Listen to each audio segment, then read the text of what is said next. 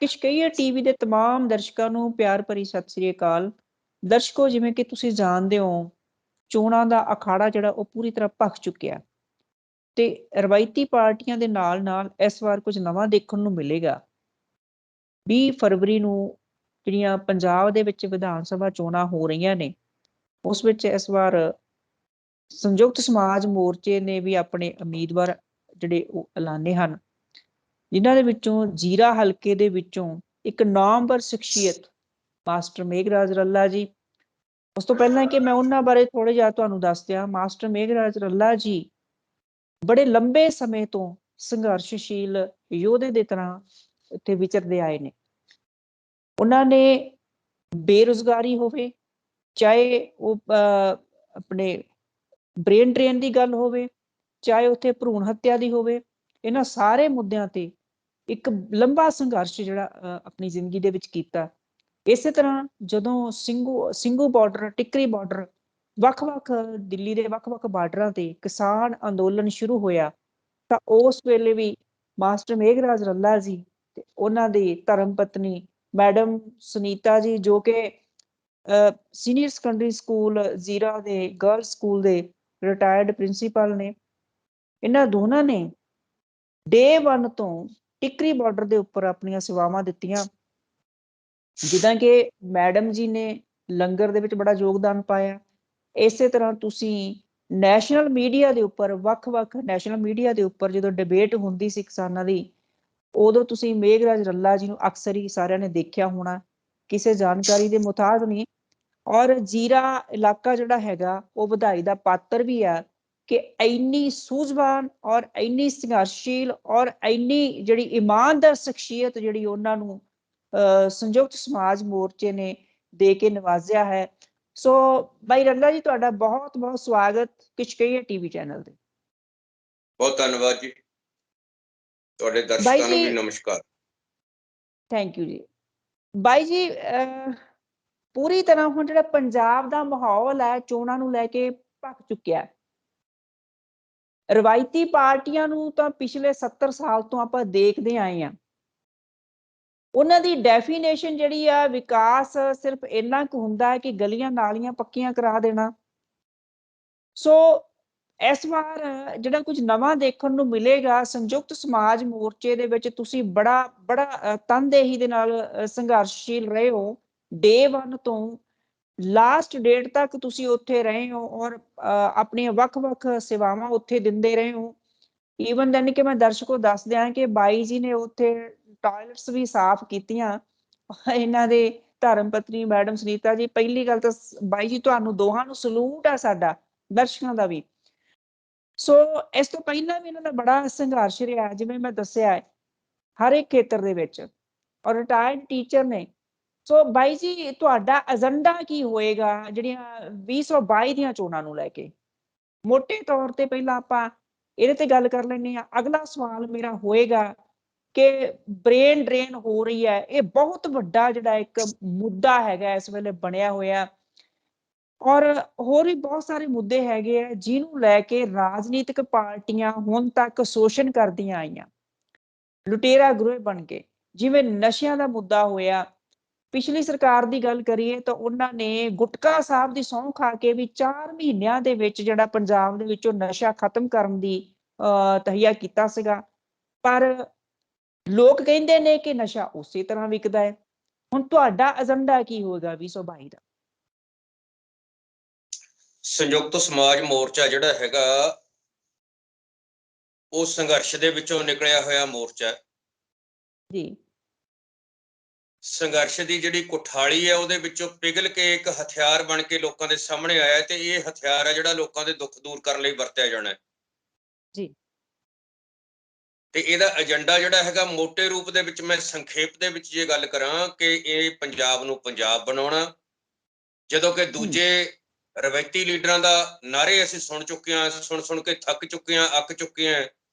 ਉਹ ਕਹਿੰਦੇ ਹੁੰਦੇ ਨੇ ਅਸੀਂ ਪੰਜਾਬ ਨੂੰ ਕੈਲੀਫੋਰਨੀਆ ਬਣਾਉਣਾ, ਕੋਈ ਕਹਿੰਦਾ ਹੁੰਦਾ ਪੰਜਾਬ ਨੂੰ ਪੈਰਿਸ ਬਣਾਉਣਾ ਹੈ, ਪਰ ਸਾਡਾ ਨਿਸ਼ਾਨਾ ਤੇ ਪੰਜਾਬ ਨੂੰ ਪੰਜਾਬ ਬਣਾਉਣਾ ਹੈ। ਤੇ ਲਹੂ ਪੀਣੀ ਜੋਕ ਹੈ ਜਿਹੜੀ ਪੌਣੀ ਸਦੀ ਹੋ ਗਈ ਖੂਨ ਚੂਸਦਿਆਂ। ਜੋਕ ਤੇ ਸਾਡੇ ਪਿੰਡੇ ਦੇ ਉੱਤੇ ਥੋੜੀ ਦੇਰ ਲਈ ਲੱਗ ਜਾਏ ਨਾ, ਸਾਡਾ ਖੂਨ ਚੂਸ ਜਾਂਦੀ ਹੈ। ਤੇ 75 ਸਾਲ ਬੀਤ ਚੱਲੇ ਨੇ ਪੰਜਾਬ ਦੇ ਪਿੰਡੇ ਨੂੰ। ਇਹ ਜਿਹੜੀਆਂ ਜੋਕਾਂ ਚਿੰਬੜੀਆਂ ਹੋਈਆਂ, ਇਹ ਜੋਕਾਂ ਨੇ ਪੰਜਾਬ ਨੂੰ ਚੂਸ ਲਿਆ, ਇਹਦਾ ਖੂਨ ਨਿਚੋੜ ਲਿਆ ਬੁਰੀ ਤਰ੍ਹਾਂ। ਅੱਜ ਪੰਜਾਬ ਉਦਾਸ ਹੈ, ਪੰਜਾਬ ਦੀ ਜਵਾਨੀ ਉਦਾਸ ਹੈ, ਕਿਸਾਨੀ ਉਦਾਸ ਹੈ। ਇੱਥੋਂ ਦਾ ਮਜ਼ਦੂਰ ਹੈ ਜਿਹੜਾ, ਉਹਨਾਂ ਦੇ ਬੱਚਿਆਂ ਦੇ ਵਿੱਚ ਖੂਨ ਪੂਰਾ ਨਹੀਂ ਹੈ, ਉਹਨਾਂ ਦੇ ਦੰਦ ਪੀਲੇ ਨੇ, ਅੱਖਾਂ ਪੀਲੀਆਂ ਨੇ, ਨਹੁੰ ਪੀਲੇ ਨੇ, ਤੇ ਉਹ ਖੂਨ ਦੀ ਕਮੀ ਦਾ ਸ਼ਿਕਾਰ ਨੇ, ਕੁਪੋਸ਼ਣ ਦਾ ਸ਼ਿਕਾਰ ਨੇ ਮਜ਼ਦੂਰਾਂ ਦੇ ਬੱਚੇ। ਪੰਜਾਬ ਤਬਾਹੀ ਦੇ ਕਿਨਾਰੇ ਖੜਾ ਹੈ। ਇਹ ਜਿਹੜਾ ਤੁਸੀਂ ਸਵਾਲ ਕਰ ਰਹੇ ਸੀ ਵਿਕਾਸ ਦੀਆਂ ਗੱਲਾਂ, ਇਹਨਾਂ ਦਾ ਵਿਕਾਸ ਸਾਨੂੰ ਦਿਸ ਰਿਹਾ ਹੈ ਕਿ ਅੱਜ ਮਜ਼ਦੂਰਾਂ ਦੇ ਵਿੱਚ ਖੂਨ ਪੂਰਾ ਨਹੀਂ, ਕਿਸਾਨ ਖੁਦਕਸ਼ੀਆਂ ਦੇ ਰਾਹ ਪਏ ਹੋਏ ਨੇ। ਕੋਈ ਵੇਖਦਾ ਕਿ ਮੈਂ ਰੱਸੇ ਗਲ 'ਚ ਫਾਹਾ ਪਾ ਕੇ ਮਰਾਂ ਜਾਂ ਸਲਫਾਸ ਖਾ ਕੇ ਮਰਾਂ। ਮੌਤ ਦੇ ਰਸਤੇ ਚੁਣ ਰਹੇ ਨੇ ਉਹ ਲੋਕ, ਉਹਨਾਂ ਨੂੰ ਧੱਕਿਆ ਜਾਂਦਾ ਉਧਰ। ਤੇ ਬੜੇ ਅਫਸੋਸ ਦੀ ਗੱਲ ਹੈ ਕਿ ਇਹ ਰਵਾਇਤੀ ਪਾਰਟੀਆਂ ਨੇ ਜਿਹੜਾ ਹੈਗਾ, ਉਹ ਜਿਹੜੇ ਮੌਤ ਦੇ ਵੱਲ ਧੱਕੇ ਗਏ ਲੋਕ ਨੇ, ਉਹਨਾਂ ਦੇ ਇਹ ਭੋਗਾਂ ਦੇ ਉੱਤੇ ਜਾ ਕੇ ਵੀ ਫਿਰ ਸ਼ਰਧਾਂਜਲੀਆਂ ਭੇਂਟ ਕਰਦੇ ਨੇ। ਤੇ ਇਹ ਕਹਿੰਦੇ ਹੁੰਦੇ ਨੇ ਕਿ ਇਹਨਾਂ ਦੇ ਕਰਮਾਂ ਦੇ ਵਿੱਚ ਹੀ ਇਸ ਤਰ੍ਹਾਂ ਲਿਖਿਆ ਸੀ, ਇਹਨਾਂ ਦੇ ਸਵਾਸਾਂ ਦੀ ਪੂੰਜੀ ਇੰਨੀ ਲਿਖੀ ਸੀ, ਇਹਨਾਂ ਨੂੰ ਪਰਮਾਤਮਾ ਲੈ ਗਿਆ ਹੈ। ਪਰਮਾਤਮਾ ਦੀ ਕੋਈ ਖੇਡ ਨਹੀਂ, ਇਹ ਸਾਰੀ ਸਿਸਟਮ ਦੀ ਖੇਡ ਹੈ, ਨਸੀਬਾਂ ਦੀ ਖੇਡ ਨਹੀਂ। ਇਹ ਤਕਦੀਰਾਂ ਦੇ ਸੌਦੇ ਨਹੀਂ, ਇਹ ਸਰਕਾਰਾਂ ਦੇ ਕੀਤੇ ਹੋਏ ਸੌਦੇ ਨੇ ਜਿਨ੍ਹਾਂ ਨੇ ਸਾਨੂੰ ਤਬਾਹੀ ਵੱਲ ਧੱਕਿਆ ਹੈ। ਜਿੰਨੀ ਦੇਰ ਤੱਕ ਲੋਕ ਸਰਕਾਰਾਂ ਨਹੀਂ ਬਦਲਦੇ ਹੈਗੇ, ਸਿਸਟਮ ਨਹੀਂ ਬਦਲਦੇ ਹੈਗੇ, ਉਨੀ ਦੇਰ ਤੱਕ ਲੋਕੋ ਤੁਹਾਡੀ ਤਕਦੀਰ ਵੀ ਨਹੀਂ ਬਦਲਣੀ ਹੈਗੀ, ਜੋ ਮਰਜ਼ੀ ਕਰ ਲਓ। ਭਾਈ ਜੀ ਇੱਥੇ ਇੱਕ ਤੇ ਹੋਰ ਸਾਡਾ ਏਜੰਡਾ ਜਿਹੜਾ ਹੈਗਾ ਪੰਜਾਬ ਦੀ ਤਕਦੀਰ ਬਦਲਣਾ ਹੈ ਬਸ। ਇੱਕ ਹੋਰ ਹੈ ਕਿ ਤੁਸੀਂ ਰਵਾਇਤੀ ਪਾਰਟੀਆਂ ਦੀ ਗੱਲ ਕੀਤੀ ਹੈ ਕਿ ਪਿਛਲੇ 70 ਸਾਲਾਂ ਤੋਂ ਸਾਨੂੰ ਵਿਕਾਸ ਵਿਕਾਸ ਵਿਕਾਸ ਦੇ ਨਾਂ ਤੇ ਵਿਨਾਸ਼ ਹੀ ਦਿੱਤਾ, ਔਰ ਲੋਕ ਵੀ ਹੁਣ ਕਿਤੇ ਨਾ ਕਿਤੇ ਇਸ ਚੀਜ਼ ਨੂੰ ਸਮਝਣ ਲੱਗੇ ਨੇ। ਤੁਸੀਂ ਕਿਹਾ ਕਿ ਵੀ ਜਿਹੜੀਆਂ ਰਵਾਇਤੀ ਪਾਰਟੀਆਂ ਨੇ, ਕੋਈ ਕਹਿੰਦਾ ਮੈਂ ਕੈਲੀਫੋਰਨੀਆ ਬਣਾ ਦਿਆਂਗਾ, ਕੋਈ ਕੁਝ ਕਹਿ ਰਿਹਾ, ਪਰ ਇੱਕ ਪਾਰਟੀ ਅਜਿਹੀ ਵੀ ਹੈ ਜਿਹੜੀ ਦਿੱਲੀ ਮਾਡਲ ਦੇ ਰਹੀ ਹੈ, ਉਹਨੂੰ ਕਿਵੇਂ ਦੇਖ ਰਹੇ ਹੋ? ਦੇਖੋ ਜੀ, ਬੜਾ ਵਧੀਆ ਸਵਾਲ ਕੀਤਾ ਤੁਸੀਂ। ਜਿਹੜੀਆਂ 2-3 ਪੁਰਾਣੀਆਂ ਪਾਰਟੀਆਂ ਹੈ, ਜਿਹਦੇ 'ਚ ਅਕਾਲੀ ਨੇ, ਕਾਂਗਰਸ ਪਾਰਟੀ ਹੈ, ਬੀਜੇਪੀ ਹੈ, ਔਰ ਨਵੇਂ ਭਾਰਤੀ ਜਨਤਾ ਪਾਰਟੀ ਦੇ ਹਿਤੈਸ਼ੀ ਪੈਦਾ ਹੋਏ ਨੇ ਸਾਡੀ ਪੰਜਾਬ ਦੀ ਧਰਤੀ ਤੇ। ਹੋਰ ਕੈਪਟਨ ਅਮਰਿੰਦਰ ਸਿੰਘ ਵਰਗੇ, ਸਾਡੇ ਢੀਂਡਸਾ, ਕਿੰਨੇ ਨੇ ਮੈਂ ਗਿਣਾ ਜੇ। ਤਾਂ ਇਹਨਾਂ ਤੋਂ ਬਾਅਦ ਜਿਹਨੂੰ ਆਮ ਆਦਮੀ ਪਾਰਟੀ ਕਿਹਾ ਜਾਂਦਾ ਹੈ, ਇਹਨਾਂ ਸਾਰੀਆਂ ਪਾਰਟੀਆਂ ਬਾਰੇ ਮੈਂ ਇੱਕੋ ਗੱਲ ਮੁਕਾ ਦੇਣਾ ਚਾਹੁੰਦਾ। ਸਾਡੇ ਪੰਜਾਬੀ ਦੇ ਵਿੱਚ ਇੱਕ ਮੁਹਾਵਰਾ ਹੈ, ਕਹਿੰਦੇ ਜਿਹੋ ਜਿਹੇ ਭਾਨੇ ਕੇ ਉਹੋ ਜਿਹੇ ਟੋਡੇ ਕੇ। ਜੀ, ਇਹ ਵੀ ਉਹੇ ਜਿਹੇ ਨੇ। ਇਹ ਥੋੜਾ ਸਪਸ਼ਟ ਕਰ ਦਿਓ, ਜਿਹੋ ਜਿਹੇ ਭਾਨੇ ਕੇ ਉਹੋ ਜਿਹੇ ਟੋਡੇ ਕੇ, ਕਿ ਕਿਤੇ ਇਹ ਤਾਂ ਨਹੀਂ ਹੈਗਾ ਵੀ ਇਹ ਜਿਹੜੀ ਪਾਰਟੀ ਹੈਗੀ ਆ ਇਹ ਵੀ ਉਹਨਾਂ ਦੇ ਵਿੱਚੋਂ ਏ ਬੀ ਪਾਰਟੀ ਹੋਵੇ ਰਵਾਇਤੀ ਪਾਰਟੀਆਂ ਦੀ? ਇਹ ਤਾਂ ਨਹੀਂ ਸਮਝ। ਬਿਲਕੁਲ ਭਾਰਤੀ ਜਨਤਾ ਪਾਰਟੀ ਦੀ ਬੀ ਟੀਮ ਹੈ ਇਹ। ਇੰਨੀਆਂ ਨੀਤੀਆਂ ਤੋਂ ਪਤਾ ਲੱਗਦਾ, ਸਪਸ਼ਟ ਹੋ ਜਾਂਦਾ ਹੈ। ਮੇਰੇ ਵਰਗੇ ਕਈ ਲੋਕ ਕਿਸੇ ਵੇਲੇ ਭੁਲੇਖੇ ਦਾ ਸ਼ਿਕਾਰ ਹੋਏ ਸੀ 1917 ਦੇ ਵਿੱਚ, 2017 ਦੇ ਵਿੱਚ, ਸੌਰੀ 2017 ਦੇ ਵਿੱਚ ਭੁਲੇਖੇ ਦਾ ਸ਼ਿਕਾਰ ਹੋਏ ਸੀ ਕਿ ਸ਼ਾਇਦ ਇਨਕਲਾਬੀ ਪਾਰਟੀ ਹੈ। ਇਨਕਲਾਬ ਦਾ ਨਾਰਾ ਲਾਉਂਦੇ ਨੇ ਆਪਣੀ ਸਟੇਜ ਤੋਂ, ਇਨਕਲਾਬ ਜ਼ਿੰਦਾਬਾਦ ਕਹਿੰਦੇ ਹੁੰਦੇ ਨੇ, ਪਰ ਇਹ ਸਾਮਰਾਜਵਾਦ ਮੁਰਦਾਬਾਦ ਕਦੇ ਨਹੀਂ ਕਹਿਣਗੇ, ਕਿਉਂਕਿ ਸਾਮਰਾਜਵਾਦ ਹੈ ਜਿਹੜਾ ਸਾਨੂੰ ਨਿਗਲ ਜਾਣਾ ਚਾਹੁੰਦਾ ਹੈ ਮਿਹਨਤਕਸ਼ ਲੋਕਾਂ ਨੂੰ। ਪੂੰਜੀਵਾਦ ਆ ਜਿਹੜਾ, ਇਹ ਉਹਨੂੰ ਕਦੇ ਵੀ ਮੁਰਦਾਬਾਦ ਨਹੀਂ ਕਹਿਣਗੇ। ਇਹ ਇਨਕਲਾਬ ਜ਼ਿੰਦਾਬਾਦ ਦਾ ਨਾਰਾ ਵਰਤਦੇ ਆ ਸਿਰਫ। ਔਰ ਇਹਨਾਂ ਦੀਆਂ ਨੀਤੀਆਂ ਤੋਂ ਸਪਸ਼ਟ ਹੈ, ਚਾਹੇ ਜੰਮੂ ਕਸ਼ਮੀਰ ਤੋੜਿਆ ਤਾਂ ਇਹਨਾਂ ਦੀ ਹਮਾਇਤ ਸੀ, ਚਾਹੇ ਇਹਨਾਂ ਨੇ ਕੋਈ ਹੋਰ ਕੰਮ ਕੀਤੇ ਨੇ ਕਿਸੇ ਵੀ ਕਿਸਮ ਦੇ, ਉਹਨਾਂ ਦੇ ਵਿੱਚ ਹਮੇਸ਼ਾ ਬੀਜੇਪੀ ਦੀ ਪੈੜ ਦੇ ਵਿੱਚ ਪੈੜ ਧਰਦੇ ਆ। ਇਹਨਾਂ ਦਾ ਇੱਕੋ ਨਿਸ਼ਾਨਾ ਬੀਜੇਪੀ ਵਾਲਿਆਂ ਦਾ ਨਾ ਕਿ ਅਸੀਂ ਕਾਂਗਰਸ ਮੁਕਤ ਭਾਰਤ ਬਣਾਉਣਾ ਹੈ। ਤੇ ਕਾਂਗਰਸ ਮੁਕਤ ਭਾਰਤ ਬਣੇਗਾ ਹੀ ਤਾਂ ਜੇ ਉਹਦੀ ਥਾਂ ਤੇ ਕੇਜਰੀਵਾਲ ਆਏਗਾ। ਤੇ ਕੇਜਰੀਵਾਲ ਨੂੰ ਅੱਗੇ ਲੈ ਕੇ ਆਉਣਾ ਚਾਹੁੰਦੇ ਨੇ। ਇਹ ਕਹਿੰਦੇ ਨੇ ਅਸੀਂ ਅੰਨਾ ਅੰਦੋਲਨ ਚੋਂ ਪੈਦਾ ਹੋਏ ਆ। ਇਹ ਅੰਨਾ ਅੰਦੋਲਨ ਚੋਂ ਕਿਵੇਂ ਪੈਦਾ ਹੋਏ ਨੇ? 2 ਲੀਡਰ ਪੈਦਾ ਹੋਏ, ਇੱਕ ਬੀਬੀ ਉਹ ਪੁਲਿਸ ਵਾਲੀ ਸੀ ਜਿਹੜੀ ਕਿਰਨ ਬੇਦੀ, ਔਰ ਦੂਜਾ ਸੀ ਕੇਜਰੀਵਾਲ। ਦੋਨਾਂ ਨੂੰ ਆਮੋ ਸਾਹਮਣੇ ਦਿੱਲੀ ਦੇ ਵਿੱਚ ਲੜਾ ਕੇ ਇੱਕ ਨੂੰ ਮੁੱਖ ਮੰਤਰੀ ਬਣਾਤਾ, ਦੂਜੇ ਨੂੰ ਗੋਆ ਦੀ ਰਾਜਪਾਲ ਬਣਾਤਾ। ਕਾਂਗਰਸ ਉਥੋਂ ਜ਼ੀਰੋ ਹੋ ਚੁੱਕੀ ਹੈ। ਬਿਲਕੁਲ ਬੀ ਟੀਮ ਹੈ ਇਹ, RSS ਦੀ ਬੀ ਟੀਮ ਹੈ। ਬੀਜੇਪੀ ਦਾ ਛੋਟਾ ਭਾਈ ਹੈ ਆਮ ਆਦਮੀ। ਨਾਂ ਰੱਖ ਲਿਆ ਆਮ ਆਦਮੀ, ਕੋਈ ਨਾਂ ਰੱਖਣ ਨਾਲ ਆਮ ਆਦਮੀ ਨਹੀਂ ਬਣ ਜਾਂਦਾ। ਆਮ ਆਦਮੀ ਪਾਰਟੀ ਦੇ ਉਹ ਲੀਡਰ ਜਿਨ੍ਹਾਂ ਨੇ ਸਾਡੀਆਂ ਭਾਵਨਾਵਾਂ ਜਗਾਈਆਂ, ਤੇ ਉਹ ਕਹਿੰਦੇ ਹੁੰਦੇ ਸੀ ਜੀ ਇੱਥੇ ਤੇ ਸੁਖਬੀਰ ਬਾਦਲ ਦੇ ਮੁਕਾਬਲੇ ਲੜੇਗਾ ਭੋਲਾ, ਭੋਲਾ ਚੱਕੀ ਵਾਲਾ, ਜੀਤ ਪੈਂਚਰਾਂ ਵਾਲਾ। ਮੈਂ ਇਹਨਾਂ ਨੂੰ ਪੁੱਛਣਾ ਚਾਹੁੰਦਾ, ਜੀਤ ਪੈਂਚਰਾਂ ਵਾਲਾ ਕਿੱਥੇ ਲੜ ਰਿਹਾ ਹੈ? ਸਾਰੇ ਕਰੋੜਪਤੀ ਬੰਦੇ ਲਿਆਂਦੇ ਲੱਭ ਲੱਭ ਕੇ ਪਤਾ ਨਹੀਂ ਕਿੱਥੋਂ, ਜਿਹੜੇ ਆਮ ਆਦਮੀ ਪਾਰਟੀ ਵੱਲੋਂ ਅੱਜ ਲੜ ਰਹੇ ਹੈ। ਮੈਂ ਪੁੱਛਣਾ ਚਾਹੁੰਦਾ ਕਿੱਥੇ ਅਜੀਤ ਪੈਂਚਰਾਂ ਵਾਲਾ, ਕਿੱਥੇ ਅਜੀਤ ਪੈਂਚਰਾਂ ਵਾਲਾ, ਕਿੱਥੇ ਆ ਭੋਲਾ ਚੱਕੀ ਵਾਲਾ? ਉਹ ਕਿੱਧਰ ਗਏ ਵਿਚਾਰੇ? ਉਹ ਵੇਖਦੇ ਰਹਿ ਗਏ। ਆਮ ਆਦਮੀ ਨਾਂ ਰੱਖਣ ਨਾਲ ਕੋਈ ਆਮ ਆਦਮੀ ਨਹੀਂ ਬਣ ਜਾਂਦਾ। ਤੇ ਜੇ ਕਿਸੇ ਦਾ ਕੀ ਕਹਿੰਦੇ ਹੁੰਦੇ ਨੇ, ਢਿੱਡ ਭਰਦਾ ਨਾ ਹੋਵੇ, ਨੀਤ ਮਾੜੀ ਹੋਵੇ, ਤੇ ਸਾਰੇ ਪਿੰਡ ਦੀ ਝੂਠ ਨਾ ਛੱਡਦਾ ਹੋਵੇ, ਤੇ ਨਾ ਉਹਦਾ ਭਾਵੇਂ ਰੱਖ ਦਿਓ ਵੀ ਇਹ ਸੰਤੋਖ ਸਿੰਘ ਹੈ, ਤੇ ਉਹ ਸੰਤੋਖ ਸਿੰਘ ਕਾਹਦਾ ਹੋਇਆ ਜੇ ਉਹਨੂੰ ਸਬਰ ਹੀ ਨਹੀਂ ਹੈ? ਸੰਤੋਖ ਨਾਂ ਰੱਖਣ ਨਾਲ ਨਹੀਂ ਕੋਈ ਮਸਲੇ ਹੱਲ ਹੁੰਦੇ। ਨਾ ਜਿਹੜੇ ਮਰਜ਼ੀ ਰੱਖ ਲਓ ਤੁਸੀਂ। ਇਹ ਝਾੜੂ ਚੋਣ ਨਿਸ਼ਾਨ ਰੱਖਿਆ ਹੈ, ਬੜਾ ਮਨੋਵਿਗਿਆਨਕ ਢੰਗ ਨਾਲ ਇਹ ਸੋਚ ਕੇ ਰੱਖਿਆ ਗਿਆ ਕਿਤੋਂ, ਪਰ ਇੱਥੇ ਪੰਜਾਬ ਦੀ ਧਰਤੀ ਦੇ ਉੱਤੇ, ਹਿੰਦੁਸਤਾਨ ਦੀ ਧਰਤੀ ਦੇ ਉੱਤੇ ਬੀਬਾ ਜੀ 4 ਲੱਖ ਕਿਸਾਨਾਂ ਦੀਆਂ ਖੁਦਕਸ਼ੀਆਂ ਹੋ ਚੁੱਕੀਆਂ ਨੇ, ਤੇ ਵਿਦੇਸ਼ਾਂ ਦੇ ਵਿੱਚ ਦੌੜ ਲੱਗੀ ਹੋਈ ਹੈ ਭੱਜਣ ਦੀ ਕਿ ਪੰਜਾਬ ਛੱਡ ਕੇ ਦੌੜ ਜੋ। ਚੀਕਾਂ ਮਾਰ ਕੇ ਲੋਕ ਪੰਜਾਬ ਛੱਡ ਰਹੇ ਨੇ। ਕੈਂਸਰ ਟ੍ਰੇਨ ਬਠਿੰਡੇ ਤੋਂ ਚੱਲਦੀ ਹੈ, ਜਿਹਨੂੰ ਕੈਂਸਰ ਵਾਲੀ ਟ੍ਰੇਨ ਕਹਿੰਦੇ ਨੇ ਲੋਕ, ਮਰੀਜ਼ਾਂ ਦੀ ਭਰੀ ਜਾਂਦੀ ਹੈ। ਪੰਜਾਬ ਦਾ ਪਾਣੀ ਪੋਲਿਊਟ ਹੋ ਗਿਆ, ਧਰਤੀ ਗੰਦੀ ਹੋ ਗਈ, ਸਭ ਕੁਝ ਹੋ ਗਿਆ। ਜਦੋਂ ਇੰਨਾ ਕੁਝ ਹੋ ਜੇ, ਮੈਂ ਜਿਹੜੀ ਬੇਨਤੀ ਕਰਨੀ ਚਾਹੁੰਦਾ, ਜਦੋਂ ਇੰਨਾ ਕੁਝ ਹੋ ਜੇ ਨਾ, ਫਿਰ ਝਾੜੂ ਝੂੜੂ ਨਾਲ ਨਹੀਂ ਸਫਾਈ ਹੁੰਦੀ, ਫਿਰ ਟਰੈਕਟਰ ਦੇ ਮਗਰ ਕਰਾਹਾ ਪਾਉਣਾ ਪੈਂਦਾ ਹੈ। ਇੰਨਾ ਗੰਦ ਟਰੈਕਟਰ ਨਾਲ ਹੁੰਜਿਆ ਜਾਏਗਾ, ਫਿਰ ਝਾੜੂ ਨੇ ਨਹੀਂ ਸਾਫ਼ ਕਰਨਾ ਹੈਗਾ। ਤੇ ਪੰਜਾਬ ਦੇ ਲੋਕਾਂ ਨੂੰ ਬੇਨਤੀ ਕਰਦੇ ਆ ਕਿ ਟਰੈਕਟਰ ਦੇ ਮਗਰ ਕਰਾਹਾ ਪਾ ਲਓ ਜੇ ਪੰਜਾਬ ਬਚਾਉਣਾ ਹੈ। ਜੀ ਪਰ ਉਹ ਤਾਂ ਦਿੱਲੀ ਮਾਡਲ ਦੀ ਜਦੋਂ ਗੱਲ ਕਰਦੇ ਨੇ, ਉਹ ਕਹਿੰਦੇ ਅਸੀਂ ਉੱਥੇ ਬਿਜਲੀ ਸਸਤੀ ਕਰ ਦਿੱਤੀ ਆ, ਉੱਥੇ ਅਸੀਂ ਜਿਹੜੇ ਮਟਿਓਰੀਅਲ ਸਕੂਲ ਦੇ ਦਿੱਤੇ ਨੇ, ਆਦਰਸ਼ ਸਕੂਲ ਬਣਾ ਦਿੱਤੇ ਨੇ, ਉੱਥੇ ਜਿਹੜਾ ਆਪਣਾ ਕੀ ਕਹਿੰਦੇ ਆਪਣਾ ਗਲੀ ਅਸੀਂ ਜਿਹੜੇ ਕੀ ਕਹਿੰਦੇ ਡਿਸਪੈਂਸਰੀਆਂ ਬਣਾ ਦਿੱਤੀਆਂ ਨੇ। ਜੇ ਉਹ ਤਾਂ ਆਪਣੇ ਗਨਾਈ ਜਾਂਦੇ ਨੇ ਕਿ ਅਸੀਂ ਵੀ ਸਿਹਤ ਸਹੂਲਤਾਂ ਵੀ ਬਹੁਤ ਵਧੀਆ ਦਿੱਤੀਆਂ ਨੇ ਦਿੱਲੀ ਦੇ ਵਿੱਚ, ਪਾਣੀ ਬਿਜਲੀ ਵੀ ਫ੍ਰੀ ਦਿੱਤਾ ਹੈਗਾ ਲੋਕਾਂ ਨੂੰ, ਐਂਡ ਜਿਹੜੀ ਐਜੂਕੇਸ਼ਨ ਆ ਉਹ ਵੀ ਅਸੀਂ ਮੈਰੀਟੋਰੀਅਸ ਸਕੂਲ ਦੇ ਰਹੇ ਹੈਗੇ ਆ। ਤੁਹਾਡਾ ਜਿਹੜਾ ਹੈਗਾ ਸੰਯੁਕਤ ਸਮਾਜ ਮੋਰਚਾ, ਉਹ ਕਿਹੜਾ ਮਾਡਲ ਲੈ ਕੇ ਆਏਗਾ? ਕਿਉਂਕਿ ਉਹ ਦਿੱਲੀ ਮਾਡਲ ਨੂੰ ਦੇਖਦੇ ਹੋਏ ਤਾਂ ਭਗਵੰਤ ਮਾਨ ਨੂੰ ਉਹਨਾਂ ਨੇ ਜਿਹੜਾ ਸੀਐਮ ਦਾ ਚਿਹਰਾ ਇੱਥੋਂ ਦਾ ਪੰਜਾਬ ਦਾ ਐਲਾਨ ਦਿੱਤਾ, ਤੇ ਹੁਣ ਤਕਰੀਬਨ ਲੱਗਦਾ ਹੈ ਕਿ ਹਰ ਇੱਕ ਦੇ ਮੂੰਹ ਤੇ, ਜਿਵੇਂ ਅਸੀਂ ਪਿਛਲੇ ਦਿਨੀ ਜ਼ੀਰਾ ਦੇ ਵਿੱਚ ਹੀ ਕੁਝ ਲੋਕਾਂ ਦੇ ਵਰਸ਼ਨ ਲਏ ਸੀਗੇ, ਉਹ ਵੀ ਆਮ ਆਦਮੀ ਪਾਰਟੀ ਕਰੀ ਜਾਂਦੇ ਨੇ। ਤੇ ਜਦੋਂ ਅਸੀਂ ਪੁੱਛਿਆ ਉਹਨਾਂ ਨੂੰ ਕਿ ਜਿਹੜੇ ਮੌਜੂਦਾ ਤੁਹਾਡੇ ਵਿਧਾਇਕ ਸਾਹਿਬ ਆ, ਉਹਨਾਂ ਨੇ ਕਿੰਨਾ ਵਿਕਾਸ ਕੀਤਾ ਤੁਹਾਡਾ ਜ਼ੀਰੇ ਦਾ, ਉਹ ਕਹਿੰਦੇ ਜੀ ਵਿਕਾਸ ਹੀ ਵਿਕਾਸ ਆ, ਕਿ ਇੰਟਰਲੌਕ ਲਾ ਦਿੱਤਾ, ਗਲੀਆਂ ਨਾਲੀਆਂ ਵਧੀਆ ਸਾਫ਼ ਸੁਥਰੀਆਂ ਕਰ ਦਿੱਤੀਆਂ, ਬਾਜ਼ਾਰ ਦੇ ਵਿੱਚ ਜਿਹੜਾ ਹੈਗਾ ਘੰਟਾ ਘਰ ਲਵਾ ਦਿੱਤਾ। ਉਹਨਾਂ ਦੇ ਵਿਕਾਸ ਦੀ ਡੈਫੀਨੇਸ਼ਨ ਤਾਂ ਇਹ ਆ, ਉਹ ਤਾਂ ਅੱਗੇ ਇਸ ਤੋਂ ਵੱਧ ਹੀ ਨਹੀਂ ਵਿਕਾਸ। ਤੇ ਪਰ ਤੁਸੀਂ ਜਿਹੜੇ ਐਜੂਕੇਸ਼ਨ ਦੀ ਗੱਲ ਕਰ ਰਹੇ ਹੋ, ਤੇ ਫਿਰ ਉਹਨਾਂ ਦੀ ਜਿਹੜੀ ਇਹ ਸੋਚ ਨੂੰ ਕਿਵੇਂ ਬਦਲੋਗੇ? ਜਿੱਥੋਂ ਤੱਕ ਤੁਸੀਂ ਦਿੱਲੀ ਮਾਡਲ ਦੀ ਗੱਲ ਕਰਦੇ ਹੋ ਨਾ, ਇਹ ਸਾਰੀ ਅੰਕੜਿਆਂ ਦੀ ਖੇਡ ਹੁੰਦੀ ਹੈ। ਪਿਛਲੇ ਸਮੇਂ 'ਚ ਜਿਹੜਾ ਸਰਵੇ ਹੋਇਆ, ਉਹ ਸਰਵੇ ਕਰਨ ਵਾਲਿਆਂ ਨੇ ਤੇ ਇਹ ਕੱਢਿਆ ਹੈਗਾ ਕਿ ਪੰਜਾਬ ਦੇ ਸਕੂਲ ਨੰਬਰ 1 ਦੇ ਉੱਤੇ ਨੇ ਪੂਰੇ ਹਿੰਦੁਸਤਾਨ ਦੇ ਵਿੱਚੋਂ। ਦਿੱਲੀ ਵਾਲੇ ਸਕੂਲਾਂ ਦਾ ਤਾਂ ਕਿਤੇ ਜ਼ਿਕਰ ਨਹੀਂ ਹੋਇਆ, ਪਰ ਪੰਜਾਬ ਦੇ ਸਕੂਲ ਕਿਹੋ ਜਿਹੇ ਹੈਗੇ ਨੇ, ਇਹ ਮੈਂ ਚਸ਼ਮਦੀਦ ਗਵਾਹ ਹੈ ਕਿ ਮੈਂ ਸਰਕਾਰੀ ਸਕੂਲਾਂ ਦੇ ਵਿੱਚੋਂ ਰਿਟਾਇਰ ਹੋਇਆ ਪੜਾਉਂਦਾ ਹੋਇਆ। ਮੈਨੂੰ ਪਤਾ ਹੈ ਪੰਜਾਬ ਦੇ ਸਰਕਾਰੀ ਸਕੂਲਾਂ ਦੀ ਹਾਲਤ ਕੀ ਹੈ, ਕਿੰਨਾ ਕੁ ਉੱਥੇ ਲੈਵਲ ਹੈ ਪੜ੍ਹਾਈ ਦਾ, ਕਿੰਨਾ ਕੁ ਉੱਥੇ ਅੱਛਾ ਪ੍ਰਬੰਧ ਹੈ, ਕਿੰਨਾ ਕੁ ਉੱਥੇ ਭੌਤਿਕ ਸਹੂਲਤਾਂ ਹੈਗੀਆਂ, ਉਹ ਸਾਰਾ ਕੁਝ ਮੈਨੂੰ ਪਤਾ ਹੈ ਇਸ ਗੱਲ ਦਾ। ਤਾਂ ਜੇ ਪੰਜਾਬ ਦੇ ਸਕੂਲਾਂ ਨੂੰ ਪਹਿਲੇ ਨੰਬਰ ਦੇ ਉੱਤੇ ਕੱਢਿਆ ਜਾਂਦਾ ਨਾ, ਕਿ ਰੰਗ ਰੋਗਨ ਕਰਦੇ ਹੋ, ਇੱਕ ਲੈ ਕੇ ਕਲੀ ਕੂਚੀ ਲੈ ਕੇ ਰੰਗ ਬੁਰਸ਼ ਕਰਦੇ ਹੋ, ਉਹਨਾਂ ਨੂੰ ਮੱਥੇ ਚਮਕਾ ਦਿਓ, ਇਹ ਸਕੂਲਾਂ ਬਿਲਡਿੰਗਾਂ ਚਮਕਾਉਣ ਨਾਲ ਤੇ ਨਹੀਂ ਵਧੀਆ ਪ੍ਰਬੰਧ ਹੋ ਜਾਂਦਾ। ਉਹ ਵੀ ਤੇ ਵੇਲਾ ਸੀ ਨਾ, ਜਿਹੜੇ ਬੋਰਡਾਂ ਦੇ ਥੱਲੇ ਬਲੈਕ ਬੋਰਡ ਰੱਖ ਕੇ ਪੜ੍ਹਾ ਦਿੱਤੇ ਜਾਂਦੇ ਸੀਗੇ ਬੱਚੇ, ਉਹ ਵੀ ਸਕੂਲ ਹੁੰਦੇ ਸੀਗੇ। ਪਰ